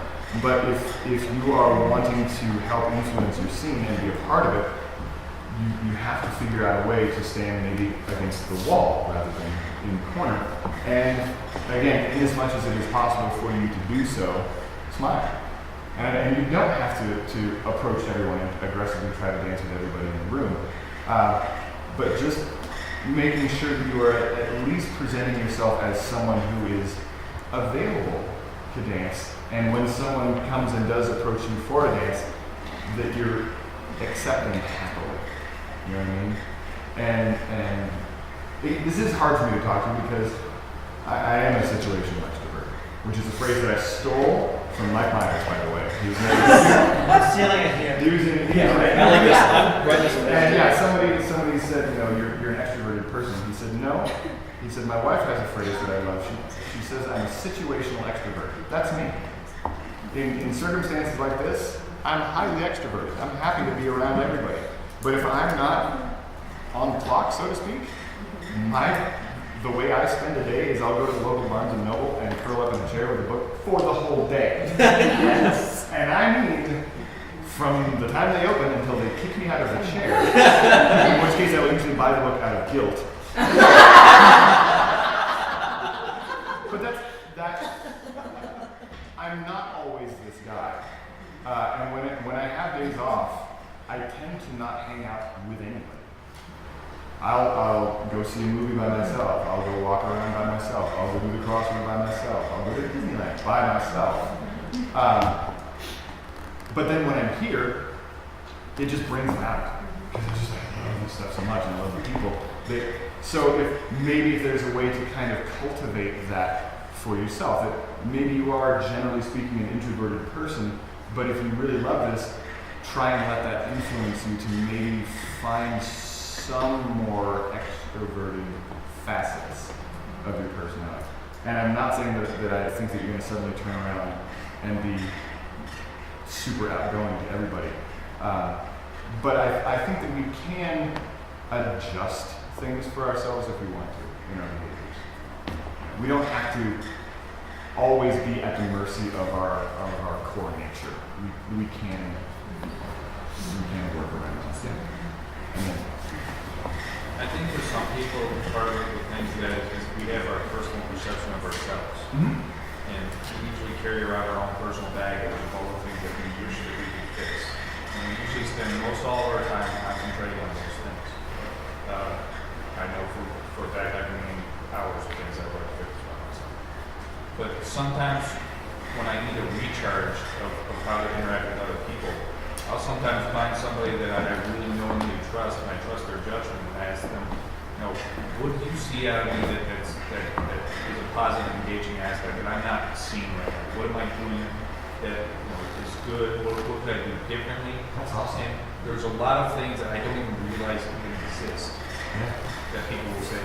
Like, I'm sure she doesn't realize that even when I see her across the room, and I don't even talk with her, and sometimes I do, but that her smile is always radiating regardless of the situation. I don't even think that she's perception.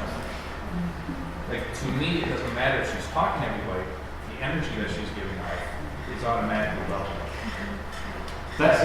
Yes, everything that you just said, yes, all of the above. If you have the self-awareness and the willingness to listen to what other people have to say about yourself and your personality, holy crap, go for it.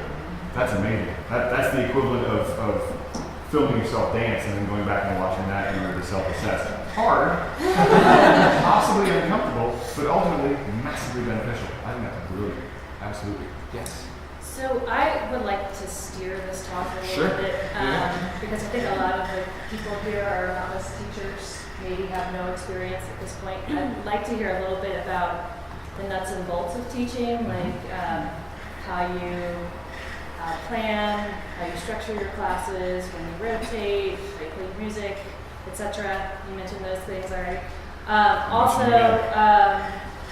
If you can get to it, how you do a private lesson versus a class. And you've been teaching by yourself this weekend, but when you teach with a partner, it's a different animal. So how we plan with a partner as well. Okay, we're going to try and hit those in order, so bear with me. How much time do we have, by the way? Because I Half hour. Oh, crap. Yes. So mean. Structure of classes.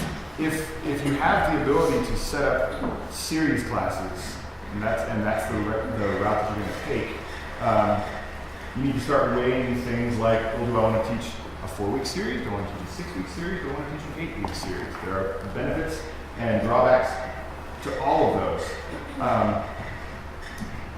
When I was teaching with Rusty Frank, we did 6-week series of classes, and I like that a lot because you can cover an awful lot of material and you can see a lot of progress over the course of 6 weeks. The downside to 6 weeks or 8 weeks, which is the same thing, but more so in terms of what you get to watch, is you run up against holidays. So how are you going to handle holidays? If you're teaching classes that are on a weekend, like a Saturday or a Sunday, and holidays that you wouldn't even think about. Like, I'm not just talking about like, oh, well, no one's going to show up because it's Easter. Super Bowl Sunday will screw with you. Not kidding. It's amazing how crippling that can be. And frequently that Sunday suddenly turns into a ladies' styling class. Not always, but I'm not making gender assumptions. I'm just speaking to what I've seen.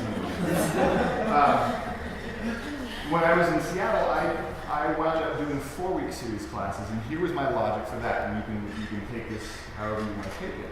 I like 4-week series because week 1 is intro, week 2 is review of everything from week 1 plus a little bit of extra stuff. So say somebody wants to come and learn how to Lindy Hop, but they can't make it to week 1. Or they talk to me about it and the week 1 class just happened a couple of days ago and week 2 is 4 days hence. I'd be like, no problem, you can still show up this coming Sunday because we're still going to go over everything we did last week and you won't have missed any material and you can jump in from there. Week 3, sorry, can't come because we're already too deep into the material. But new series of classes only 2 weeks out from that point. Whereas when I'm doing a 6-week or an 8-week series and someone comes up to me and we've already blown past week 2, it's kind of rough to be like, yeah, I'm really glad that you're excited about it. The next series of classes starts in a month. That's a long time for a lot of people And there's that limited window that you have when they're excited about this thing. The old strike while the iron is hot. If they're excited about it, you gotta get them in as quickly as possible. Because they could, wake up the next day and be like, oh my God, what was I thinking? Swing dance classes? No. But if you can get them like, yeah, well, it starts in a week and a half and you can have a really great time, and really love to see you there, you can probably rope them in. So that's why I like the 4-week series of classes there. It doesn't give you the opportunity to build quite as much material, but it does keep the turnover rate high enough that you can continue to feed your scene and grow your classes. Another thing that I did that I believe strongly in, and there was a version of it that kind of happened yesterday with the Val boot camp. I had a policy because I had 3 levels of Lindy and 3 levels of Val. And my policy was once you've gone through levels 1, 2, and 3, you've completed level 3, you can come back and do level 1 at any time for free. Okay.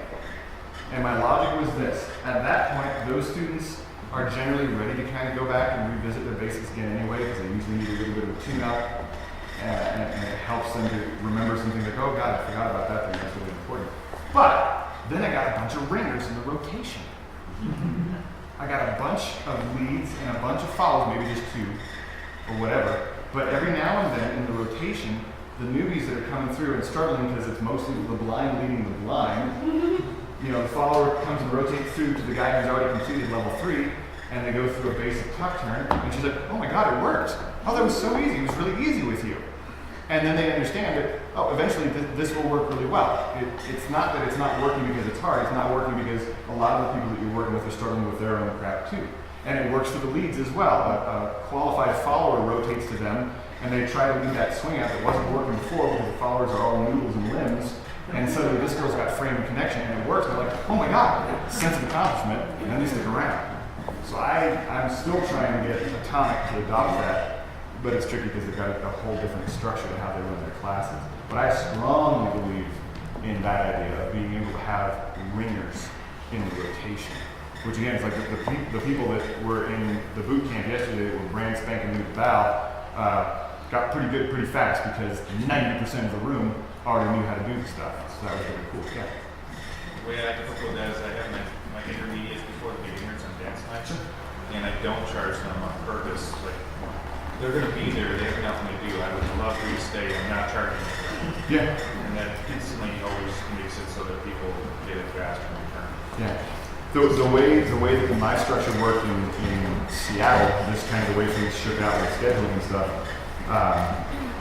my Lindy, it was a Lindy 1 class, but the Lindy class was wrapping up as people were starting to show up for the evening dance.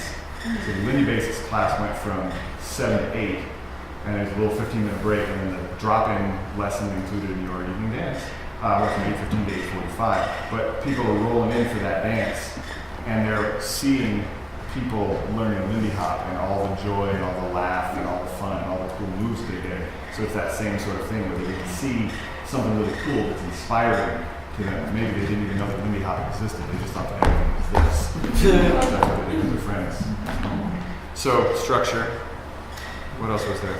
Well, I was thinking how you structure a specific class. Oh, okay.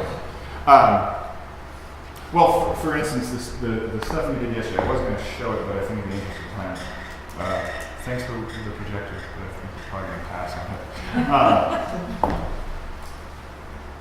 No, we will show it for a second, yeah, because there are some things that I would like to kind of talk about because they do matter. There we go. And yes, I like magic. We'll watch the first couple of minutes of this, and I'll stop it every now and then to talk about why I did what I did right there. Yeah, it's already like 6 minutes in. JK. Just hit the ground right. Let's have anybody that wants to lean back here behind me, anybody that wants to follow over there in front of me. So right there, if I'm doing a workshop, I don't do a whole lot of lead-in. I tend to want to kind of establish right from the get-go that this is going to be a fairly intensive, focused experience that we're going to have. It's what I lovingly refer to as drinking from the fire hose. I'm going to hit you with a lot of stuff in a short span of time. So setting up in literally the first things that I say to the class are let's set things up and let's hit the ground running. Gets people into that frame of mind right off the bat. If I'm doing a series class, like a 4-week Lindy series, maybe I'll take the first 2 minutes talking about like a super brief history of Lindy Hop, where it came from, and the music that it was danced to, and the era, and some of the big names, and then kind of get into it because it kind of relaxes people a little bit and like, oh, this is going to be fun. But workshops, people tend to show up because it's a workshop knowing this is going to be an intense sort of thing. So I want to set that tone right off the bat. Also, What about your introduction right before a social dance, where people are showing up and maybe wanting to see it for the first time? like before an evening dance? Yes. So I've just done like the drop-in lesson? Correct. So do you do this? Is it like for the drop-in lesson? For the drop-in lesson. I wish I could show you guys my drop-in lesson. I'm extremely proud of my half-hour drop-in lesson because I've worked on it for years, and it is, if I may say, well achieved. But it is a vaudeville act, my friends, because I did the same class every Tuesday and every Friday for like 7 years. And can I borrow you today? So this is what I teach in the half-hour class. Closed position, East Coast basic with triple steps. Underarm turn out. Pass by. Underarm turning closed. And rotating the basic. 30 minutes. Done. Yeah, I knew a couple on the East Coast who could do that in a half hour. Yeah. And watching it's just like... It seems like a lot, but if you were able to actually see me do it, I'm not trying to brag, but I'm extremely proud of this thing. I love it because there's jokes left, right, and center, but they never detract from the material. The material is solid stuff that I believe in. When I'm done teaching that class, I'm not worried about dancing with any of those people for the rest of the night. Whereas I've seen some drop-in lessons where they teach what I consider really awful dance technique. And then I will actually, this is the truth, I will actually hear those teachers later on in the night bitching about how crappy the dancing is in the room that night. It's like, dude, you taught the class! Yeah. This is on you! So, and this is something to remember as an instructor, try to teach to create the people that you actually want to dance with from day one.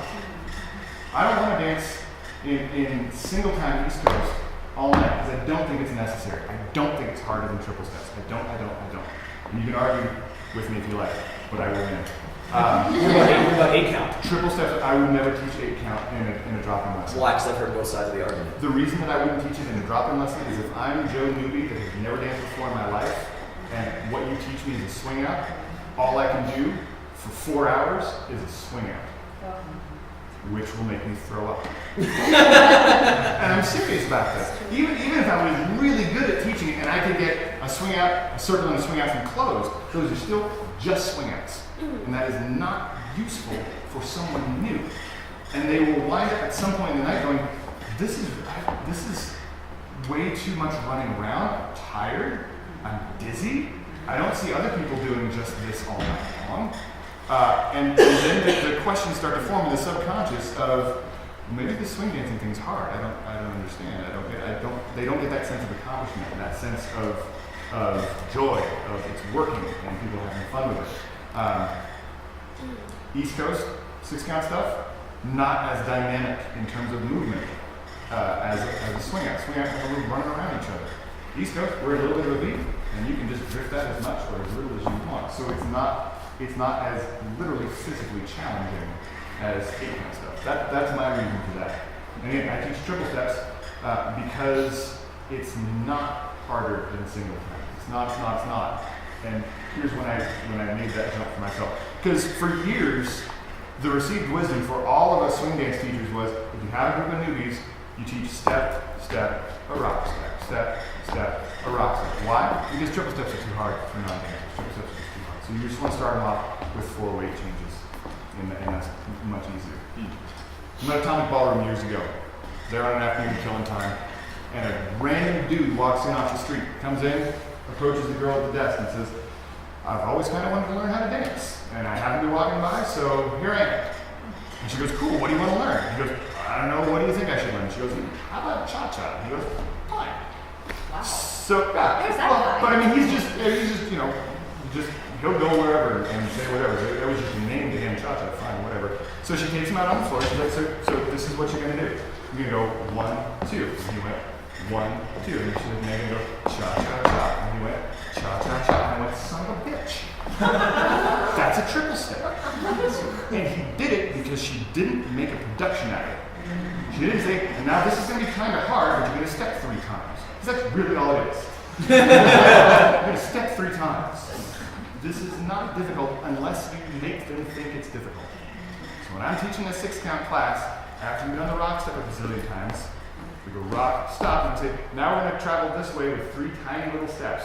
1, 2, 3. Finish with all your weight on that foot, and then do it. Now we're going to do the same thing this way. 3 little steps this way. 1, 2, 3.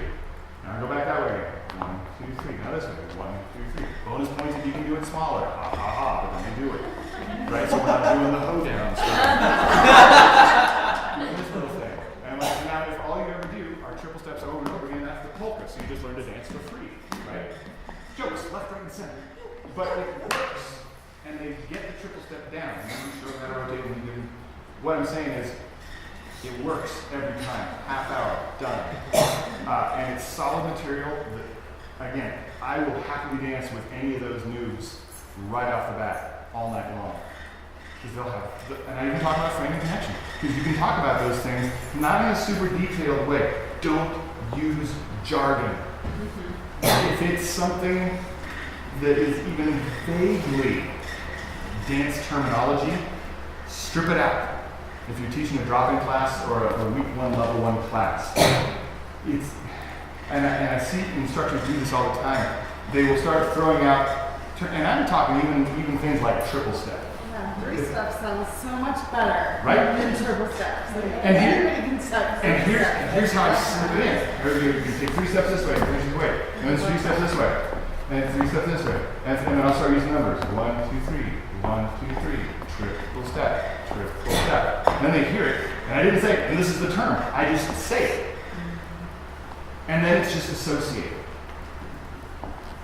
But I didn't hit him with it off the top. Because my very first experience with someone trying to explain the East Coast Swing Basic, very first night of seeing swing dancing done by people my age, the girl said, oh, you should learn the basic, it's really easy, just go triple step, rock step. And I went, I don't know what those words mean.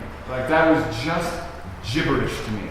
I don't understand what the word triple step means. I could probably parse it out if I thought about it for a second. But I don't understand it. And what the hell is a rock step? It doesn't make any sense. So you have to start with the movement itself, and then maybe you can name it as you go. But jargon, gone. Don't, because sometimes teachers will throw that stuff in, and I think they think, I'm gonna demonstrate to the students that I'm a teacher and that I use big fancy words, and all you're doing is freaking them out, man. If there's anything that you can do to bring yourself down closer to their level and make yourself more relatable, do that. Jargon separates you from your class. You gotta make yourself one of them or close to one of them. Hey, I got this thing that I know how to do. Let me show you how to do it real quick. No big deal. And go from there. Yes? I know from my own personal experience when I literally first started dancing, all I went to was the drop-in class, and then went to the social dance immediately after. Going back to what you said about the social aspect, the nuance of how to be in a social dance, how to ask people how to dance. Do you ever incorporate that into the drop-in class? Because it's usually, it's a lot of times it's the first time going to a social dance. Kind of-ish. The fact that you rotate them a lot, which for the record, rotate them a lot. Rotate more than you think is necessary. Almost without fail, your class will have some sort of an imbalance. You'll have a couple extra leads or a couple extra follows. Very rarely will you have a perfectly balanced class, but even then, rotate as much as you can to give the bonus leaders or the bonus followers a crack at the stuff before you move on to the next thing. But so they've been rotating through for a half an hour. And depending on the size of the class, that means that sometimes they've gone around the circle once or twice even. So then at the end of the lesson that I've taught, it's okay, now I'm going to put on a song. And the song's going to start, I'm going to count you guys in, I'll call you through the little pattern that we just learned, and at the end of the pattern, I'm going to call out, you're on your own. And then leaders, you can lead whatever you want as long as you don't hurt your followers. followers try to follow whatever's going on and enjoy it. And then after you dance on your own for a while, I'll have you guys rotate. You'll dance with someone else. I'll call you to the pattern. And you're on your own. We'll do a whole song like that. And we'll do rainbows and butterflies. So you do that to drop in. That's the end of my drop-in class. Is I put on music. I have them dance the pattern that we just learned, and then I set them free from the pattern so they can either try to do it on their own or they can try to, if they're really ambitious, mix and match it. But they're doing it on their own with a total stranger. And we rotate through until that song's over. And at the end of the song, it's thanks for coming out tonight. We have group classes. I'm available for private lessons. And now the dance is going to start. Since you're already standing next to somebody that you know is just in class with you that knows the same stuff as you, why don't you go ahead and ask them to dance tonight and keep that up for the rest of the night? Here's your music. Bang. That's how it works for me. Along the lines of the drop-in class, how do you briefly address how to not hurt your partner and pull up their arm? That is part of how I teach the technique for the turns themselves. Can I borrow your technique? So when I'm teaching a basic underarm turn, which is to say rock, step, step, I have them stop as they're learning it after rock, step, step, with the hand up, scrap, this over. And I make sure that they understand followers don't just make a run for it, stops here. Because the hand coming up isn't the actual lead for the turn, it's just an indicator. It's like a turn signal on a car. It doesn't actually turn the car. It just means hand hard and doing so much for the song. Leaders need to understand it's the hand that's on her back and you're going to use to gently guide her through and under. And I say these things casually, but every single one of those words has been honed and crafted into this over the course of many, many years. The hand up, leaders. The right hand on your follower's back is going to gently but clearly guide her forward and under until she's facing you and then bring the hand back down. Every single one of those words matters. Right hand is across her back. I know you joke about that. Left hand's up. You're not hiding around your right hand. That's your right hand back there. Right? Right hand that's on her back, you're going to gently but clearly guide her forward and under. Gently, clearly, guide. I don't say push, because then they'll push.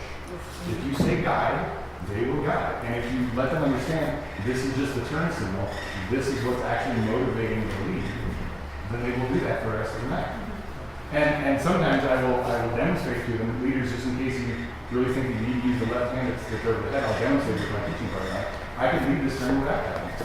So clearly it's this one that's on her back that's doing the work. So don't let the one that's moving around distract you. So for me, one of the things that's really important for you guys as you start to develop your material is finding ways to hide solid technique inside fun moves. So they're learning how to do things well and comfortably without actually really realizing it. They learn by default how to body lead something rather than how to arm lead something.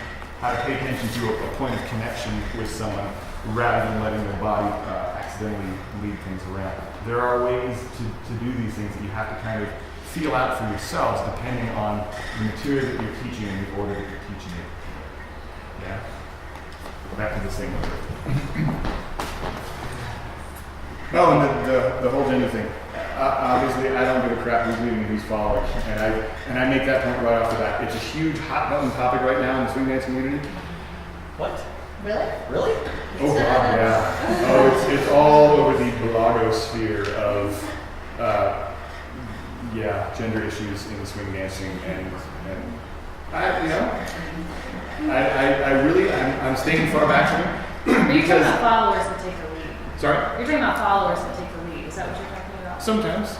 But I mean, You're not talking about You're not talking about women who are leading. You're talking about followers that take the first lead. all of the above. I mean, all of these things are huge flame discussions in people's blog right now. And both sides, as is often the case in the swing world when controversies arise, people are getting really polarized and cranky about things. I try to not dodge the issue, but engage the issue by not making it an issue. All I said at the beginning was, anybody that wants to lead, stand here behind me. Anybody that wants to follow, stand over there in front of me. I don't really care about gender. Go. They can draw their own conclusion. I don't give a crap who's standing where. Just understand, that's the role that you're going to play for the rest of today. Yay! And then move along. I don't really care about gender. Let's go ahead and spread out. Make up the whole space. I love that you say gender. Well done. we actually like leader thing? It's cool. But once upon a time, I would have actually said something like, now notice that we have a couple of guys that are learning how to follow and a couple of girls that are learning how to lead, and don't let that wig you out. I don't even say that anymore. Don't, I just go and don't make it a thing, and then it's not a thing. If you even acknowledge that this might be kind of weird for some of you, then it's gonna be weird for some of them. But some of those people, it wouldn't be weird if you didn't say that it could be weird. So you just gotta move ahead. You just gotta roll past it. I'm just, everybody just be wherever you want to be. I'm so a little different. At least I'm consistent, right? I'm going to echo actually what Heather just said. Who was actually learning Balboa for the first time today? You've never done this before. Oh, yeah. Okay, good. Then it's important for you to notice that you're not going to be recorded. So, in case you're looking around at some point going, that one seems to be so good at this. That's something that I will sometimes say in the level 1 classes if I know that there are ringers in the group. At the end of the class, I'll be like, hey, who here has already learned this stuff before? And a handful of people will raise their hand. And I'll just be like, just so you guys understand, if it seemed like it was going really well with those guys, it's because they already actually know what they're doing. And in future classes, if these people have a little piece of advice that they might offer you or a little piece of technique that they want to help you with, maybe listen to what they have to say because they've already been where you've been and they might be able to help you out with that. Cool. But we're all just going to play pretend that we've never done it, and we're just going to start from scratch. So, we're using 2 basic rhythms today for Balboa. We're just going to start off doing one and then the other, and then we're going to mix and match. So, leaders, you're going to start with your left foot free. Followers, you're going to start with your right foot free. And all we do is just take 2 walking steps in place. So we're just going to go 1, 6, 7, 8. So, a lot of this, we did it yesterday, so I'll just kind of tune it down. I do always start off with a rhythm in place because, as I'm sure we all know at this point, swing dancing is far more about rhythms being moved by your body than a specific floor pattern. Having said that, beginners need something to hang on to. So as you saw yesterday, and it's true of my Lindy classes as well, I will eventually use a floor pattern in that class because they need something to use. And for me, this comes back to a language metaphor because I was going to teach English for a long time. So lots of my metaphors are language based. If I'm learning a foreign language, it's not going to help me if all you do is hand me a dictionary of words in that language. Here's all the parts. You can put it together yourself. No, actually, I can't. And if I go to France tomorrow, I will not actually be able to say anything useful to anybody French. I can maybe say a bunch of random words, and hopefully, my facial expressions, we can figure something out. But if you could just give me a phrase, like, where is the bathroom? Something that I will need to use, something that I can trot out with confidence and have a successful experience with, then I can add on to that later. So, yeah, do I teach floor patterns? Yep. Are there drawbacks to that? Yeah. But I think that the success arc that students will find with having something to hang on to will get them coming back more. And then later on, we can take that shape that they know and be like, now did you know that you can break this apart into 2 halves and think about it that way? And then later on, it's like, did you know you can break this down like 2 beat segments and do it that way? In the same way that if I'm learning a new language, I need to understand as deeply as possible the syntax and grammar rules before I can write poetry. And what we're always shooting for as dancers is we want our dancing to be like poetry. We want it to be simple and clear. We want to communicate as much as we can with as little extra noise as possible. That's poetry. The economy of language is poetry. And that's what we're trying to do with our dancing. But you can't write effective poetry if you don't really understand the language that you're writing it in the first place. It's like jazz music. I promise I see you. There are forms, there's a melody that the musicians are working with when they're improvising. They're not just getting out there and just bashing away on the piano piece because this is what I feel in the music right now. That's just noise. So give me some structure. Give me something that I can cling to as a new dancer because I'm in this churning sea that scares the crap out of me. So throw me a lifeline. And that's typically a floor pattern. But I start with the rhythm because that lays a foundation of this is what matters most. The sounds of my feet on the floor making this rhythm. We'll move it in a floor pattern later, but if you've laid that foundation, it's easier to come back to and go, by the way, this is why we did that way at the get-go. Question? Yeah, for Balboa, you use the domino sort of as the floor plan. Do you have another analogy that you use for Lindy Hop or for your 30-minute? Not for the 30-minute East Coast class, because it tends to not have a whole lot of dynamic movement across the floor anyway. So it's much more about, and again, right off the bat, once I've given them the rhythm, I've partnered them up and shown them body positioning and frame, and they start doing a basic in place, I'll have them then stop with the rhythm, hold the frame, shuffle around in a circle clockwise. Everyone does that in jiggles. And like, now we're going to do that same thing, but instead of just going shuffle, we go rock, step, triple step, triple step. You don't get bonus points for how fast you fling her around. Take your time on it. But then they understand that there isn't a particular place that they need to be with the feet. It's the rhythm, and then the body gets to move that. It's a little bit more sophisticated with Lindy Hop, because Lindy Hop is a more dynamically sophisticated dance. So yeah, I use a little bit of a floor pattern, but even then, there are some little things that have developed over time that I'm kind of pleased with that. I don't want to get into it a whole lot because there's extra controversies around it, but yeah, that definitely do it. Yeah.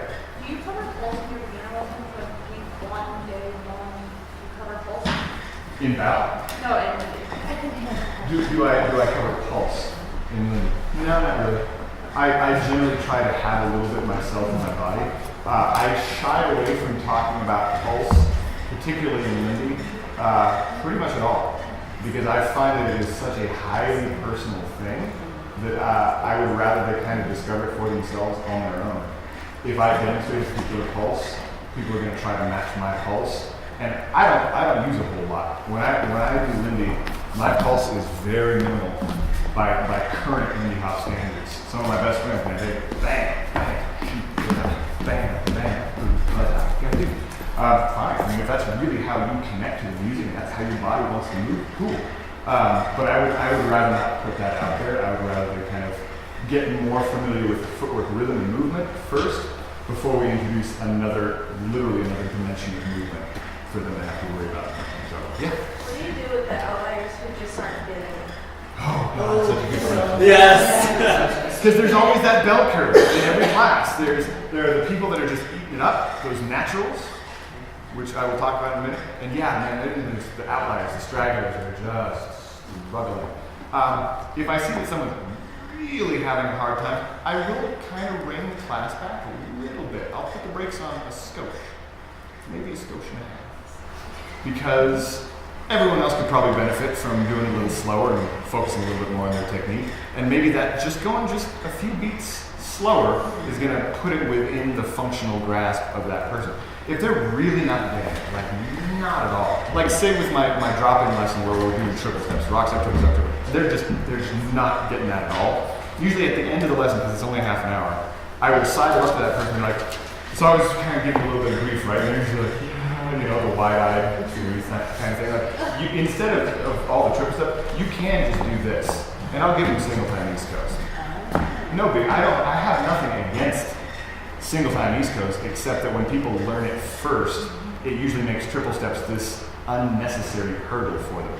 But if the triple steps are the hurdle itself right off the bat from someone, and there's the potential that it's so daunting to them that they may give up and walk away and not come back, no!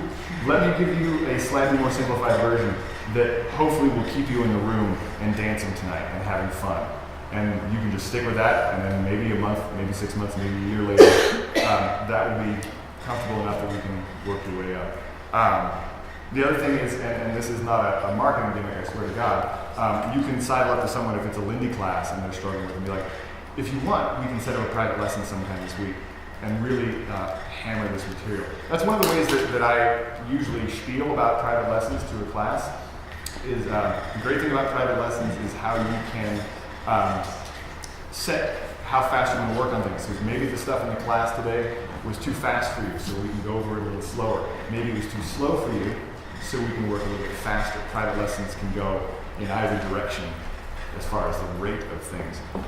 And sometimes that's very helpful for them because they're starting to feel self-conscious about everyone else in the room getting it, and they feel like they're holding people back. It's like, I can work with you one-on-one for an hour, and we can get you up to speed. We might even get you ahead of the class for next week, which is usually like, oh, carrot. But it's really that, like, don't leave anybody behind if you possibly can. It breaks my heart when I see instructors just disregard the stragglers and just forge ahead. What are you doing? Your job is to make people love this. Everybody. The people that are getting it, they already love it. Your work is already done for you there. But man, those stragglers, that's where my heart is. For the record, I had a student that, if I've learned anything over the years, it's that I cannot ever tell who's going to wind up being good. And every time I think I've got someone pegged, I'm wrong. Someone will show up that is just struggling. And I'm thinking in particular of one of my students, a guy named Glenn. He showed up, and like for the first month, this guy was just a train wreck. No rhythm, footwork, even single-time stuff was given in grief, just a wreck. But he kept showing up. So what he had working in his favor was perseverance. And he kept coming back and taking group classes for years. And I mean, he took level 1 over and over again for probably 8 months, maybe 9 months, before he started taking level 1 and 2 at the same time.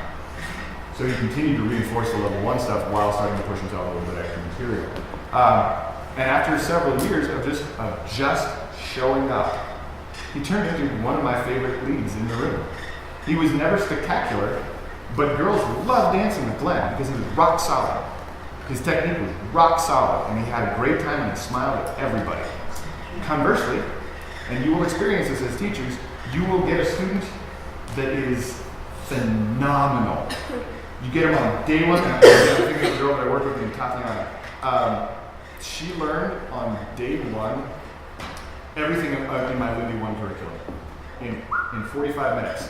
Swing out, circle, swing out from closed, and all the 6-count stuff that I normally taught. And then the next week, she learned swivels that fast. I demonstrated it, didn't even break it down, and she did it on the next swing out. With connection, with frame, just did it. And 6 months later, she met a boy and she quit. Oh. Because oftentimes, easy come, easy go. If it's not challenging and they haven't had to invest anything into it, it's pretty easy for them to go, hey, that was cool. I'm going to go take up pottery. You know, something. Because it's hard to find value in something that wasn't in any way a challenge. There's no value left over in that. And it broke my heart. There was a girl in Seattle, and everyone was just falling all over themselves for this girl. She's 16 years old, so of course she's a sponge. And she just blew everyone away. And for like a year, she was just kicking ass and winning all the comps. And the boys just lining up to dance with her, and she's just phenomenal. And then she moved to New York and she stopped. She just quit cold. And everyone was like, she's going to be the next big thing in Lindy Hop. She's this meteor, blah, blah, blah. Friends, real quick, is that cool with everybody? Yeah. If you need to leave, I will not be offended. I'll cry a little, but I will actually be offended. The differences between workshops, group classes, and private lessons are vast. And it's important to understand them as you get into this because it freaked me out until I kind of finally figured out what was going on.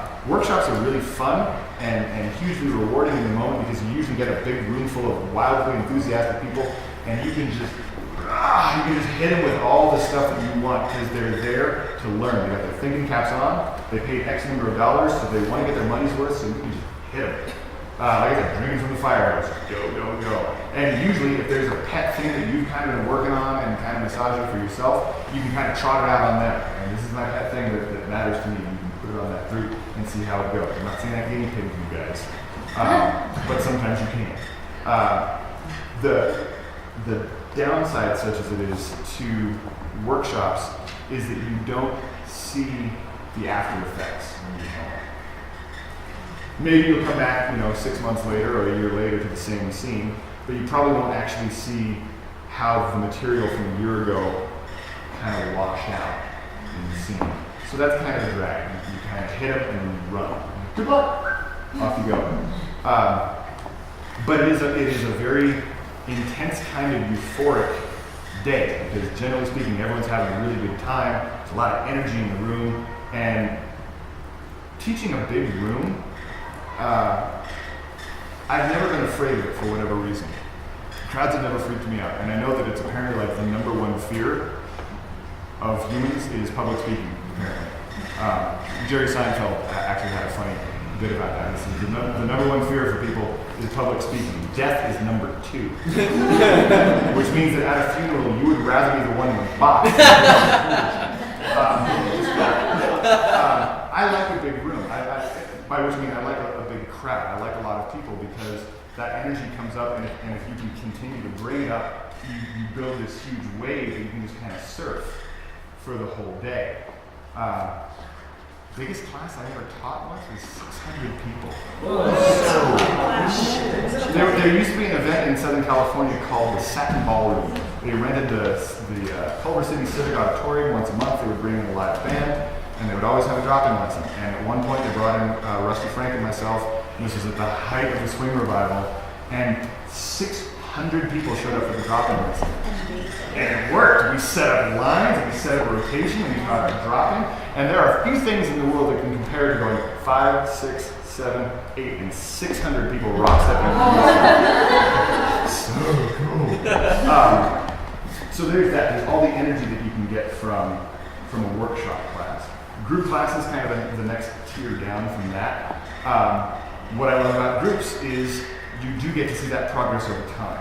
You get to develop material. You can get things that flow from one thing to the next. And you teach a swing out. The next week you teach a swing out with an inside underarm turn, an outside underarm turn, and people go, woo! And the week after that you show them a Texas Tom, and you're like, that's awesome. And you get to see that growth. And it's intensely rewarding, again, to watch people go from 0 to 1 to maybe 2 or 3.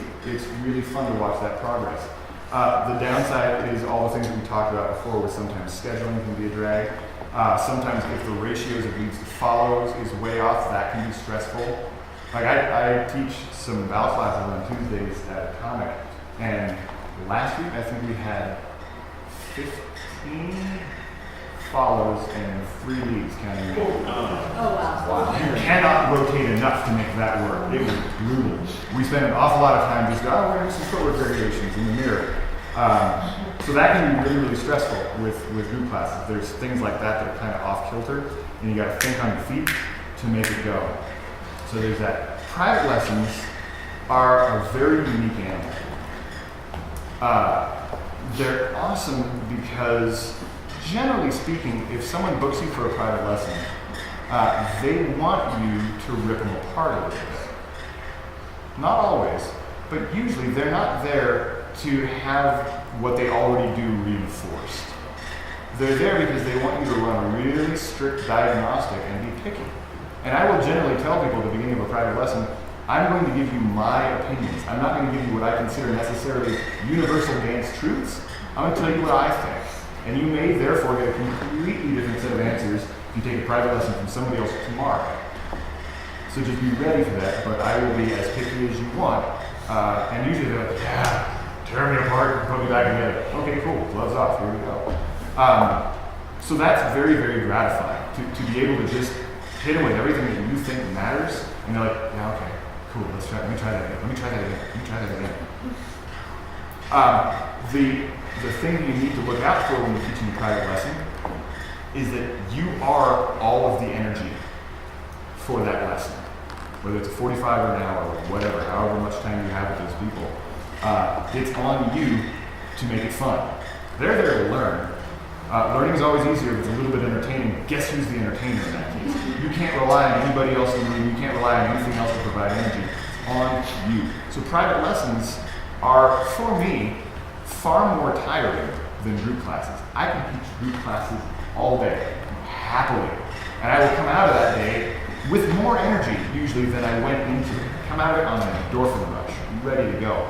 Private lessons I love to death, but I will finish a day of back-to-back private lessons, and I will sleep like a baby. Well, I'll sleep like a dead person, because babies wake up all the time. I'll sleep really well that night, because I have had to call up all the energy that I have in my entire body to make it through that day. I love it, but just understand if you're going to teach private lessons, it's intense. And it's on you as the instructor to keep it rolling. Because a lot of times, someone will come into a private lesson, and you're like, so what are we working on today? They're like, I don't know, just making a better dancer. I mean, I can do that. I'll put on a song, I'll run a diagnostic, and I will pick on the things that I want to pick on. But I love it when people come in and they're like, well, these are the things that I've been struggling with, or these are the things that I've seen other people do that I would like to work on. Sweet. I love it when you can come, like at the beginning of today, you're like, I actually do have a lot of questions. That's way easier for me than for me having to spontaneously construct a lesson plan for this person on the fly. But it happens all the time. So be ready to be like, yeah, I'm going to put on a song, I'm going to dance with you, and I'm going to just figure out what I want to fix. Or if you're working with a couple, I'm going to put on a song and have you guys dance together, and I'm going to judge. I'm going to watch. Not judge, I'm going to watch. So those are kind of the dynamic changes as far as I'm concerned between workshops, groups, and privates. Could you talk a little bit about how you guide people into the correct level? Because I know there's some people that underestimate your dancing, and there's I love people those that people. overestimate your dancing, and then you kind of have this weird mix. This is a very, very tricky issue because it is so situational, sometimes geographical. People will show up for a dance camp and they will sign up for the advanced level Lindy classes and they don't have a swing. They're advanced in their little Steve. They're advanced in Podunk, Oklahoma, because they are the most advanced swing dancer there, and maybe they teach the classes there. But what they teach is what we would consider very awkward, like single-time East Coast swing, with all this stuff that we look at and go, that is really awful. But for where they are, it's better than nothing. And they are the most advanced person, so they're like, yeah, I'm advanced. And they show up, and everyone else starts swinging out, and they're like, oh crap. And then usually, a little bit of self-consciousness and pride kicks in. You're like, I'm gonna try and figure this out as quickly as possible, and I'm trying to make it go. That's rough. That is really hard. Depends on the circumstances. If it's a weekend dance camp, sometimes they actually have level tests where they'll just put everyone that wants to be in the advanced track in a room. They'll put on a couple of songs, and the teachers. And this is nerve-wracking for the teachers. We have to go through and be like, you're out, you're out, you're out. That's hard. But you usually you kind of preface it with, we're not saying you're a bad dancer, we're just saying we have a particular set of material that we want to teach in the advanced level class, and what we see you doing indicates that you probably wouldn't be ready for what we're going to hit these people with.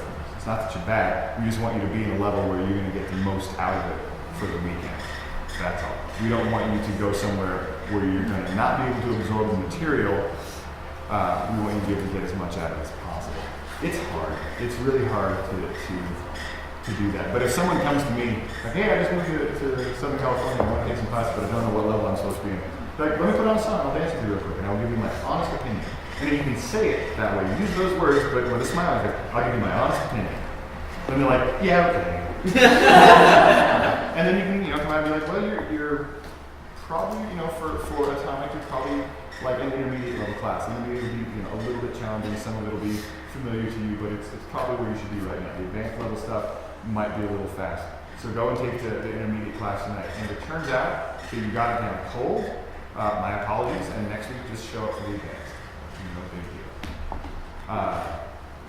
But I would rather slightly lowball them than put them in a place that's too high and then have them have that awkward thing of, oh God, this is blowing past me, and I'm going to try and cycle out with no one seeing me. That's just I feel awkward. like one of the problems is people get in higher classes and don't have that realization. Mm-hmm. And it's like, why don't they? What is that? And how do you sort of help them understand, maybe this looks the same to you, but the technique is totally different? How do you kind of present that without actually presenting it? Like I said, the bottom line is pride. And I don't mean that they're necessarily a bad person and they just think they're shit. It's just they have a certain self-perception of their skill set and whether or not it happens to coincide with reality. But if you realize that they are really kind of slowing things down and kind of impeding the progress of everyone that rotates through them, at the end of a class like that, I will generally side up and be like, can you swing me out a couple of times? I just need to check a couple of things. And then again, you're at a little decision gate. hey, maybe we should schedule a private lesson because there's some things in your technique that are a little bit off for the way we're doing things in this class. So I want to make sure that we're all on the same page with what you're doing, right? Or you'd be like, you know what? This class is, the material is a little bit past where you are with your technique. So maybe next week or for the next like couple of weeks, go check out the intermediate class and make sure that your technique lines up with what they're teaching there. Because a lot of the stuff that we're doing in the next couple of weeks is going to be more complicated and based on these fundamentals that your stuff isn't the same. That's kind of how that, and those are some of the hard things about being teachers, having to have those awkward conversations with someone. I guess the hard thing too, just as the dance culture, is everyone wants to keep their students. And if you make a lot of people mad, and you're like, well, I don't want to keep you. But then as a dance culture, I think honesty kind of takes a backseat to pleasing the students. Sure. And that's a tough thing to do. And that is the art, is trying to balance those things out. How do I cultivate a scene where things are being taught well, and if the levels are appropriate, without, as you say, pissing people off? Amy and I teach together, so I just want to piggyback on this because we talk about this. Because I do actually have those awkward conversations with people, and they still go to the classes when I tell them they should. Well, sometimes they show up, or sometimes they just leave completely. Yeah. So I like how you're saying it where you're making it about technique though. You're making it neutral, and you're saying your technique is just not what we're doing here, but you still have technique. I mean, that's the implication, and I think that's got to work. And that's the thing. If you don't want to piss them off and scare them away, you need to make sure that the words that come out of your mouth are not disparaging to them as a person. It's about your dance technique. You're not a crappy human being. It's just the way you lead a Texas Tommy is not the way we lead a Texas Tommy. And as we move into variations, if you don't do it the same way we do, it's not going to work. I'm not saying that you have to do it that way for the rest of your life, but I am saying if you want to stick with this series, we do all need to be on the same page so that we can double check things and progress together. And then when you go out social dancing tonight, do it however the hell you want. And I say that all the time. If I'm hitting in a workshop some really radically different basic fundamental techniques from what the people in that group are used to doing, like, I'm going to hit you with a whole bunch of options today, a whole bunch of alternative ways to approach your basic. And try them out just for today. Even if they feel weird and funky and icky, just try them out for this workshop. And then at the dance tonight, you can totally just be like, screw that guy. I don't care, I'm going to do it my own way. But at least give it a shot, because it'll give you more ways to approach things and maybe make it easier for you to dance with more people. You got to spin it with the positives. You got to hit them with the reasons why they should. And acknowledge that, yeah, it's probably going to feel funny. It's probably not going to feel great. Yeah. How was the time? 4 o'clock. 4 on the Wednesday. Is that when we're supposed to wrap? We're supposed to wrap at 3:30. That is so neat. Final questions, really quickly. Anything? We got a non-complicated final question? Yeah. Okay, so I was asked by like a very senior new manager after I paused in that class. They were like, "Is it okay to ask the teacher to dance?" And it blew my mind that they thought it wasn't okay to ask them to dance. That could be always encourage them to come and ask us to dance. Absolutely. Is there a way to convey that message more effectively? Say it in middle class. Okay. Yep. Absolutely. Or say it towards the end of class before you put the music on. Now I'm going to put on music for you guys at social dance. Just like a real dance that you'll be going to tonight. And for the record, when you're at the dance tonight, ask me to dance, because I would love to dance with all of you. Yeah, could I get that message? But then they're like, I didn't know it was okay to ask me. Yeah. Because some students will just be super excited and jonesing to dance with you right off the bat. They will not care. They'll hit you that night. And other people, you can say it till you're blue in the face. I would love if you asked me to dance at the dance night. And they will not do it for 3 years until they find the guts to do it. And then they'll dance and they're like, oh, you're an old human being. That's weird. Yeah. Thanks, you guys. This was awesome. Thank you so much.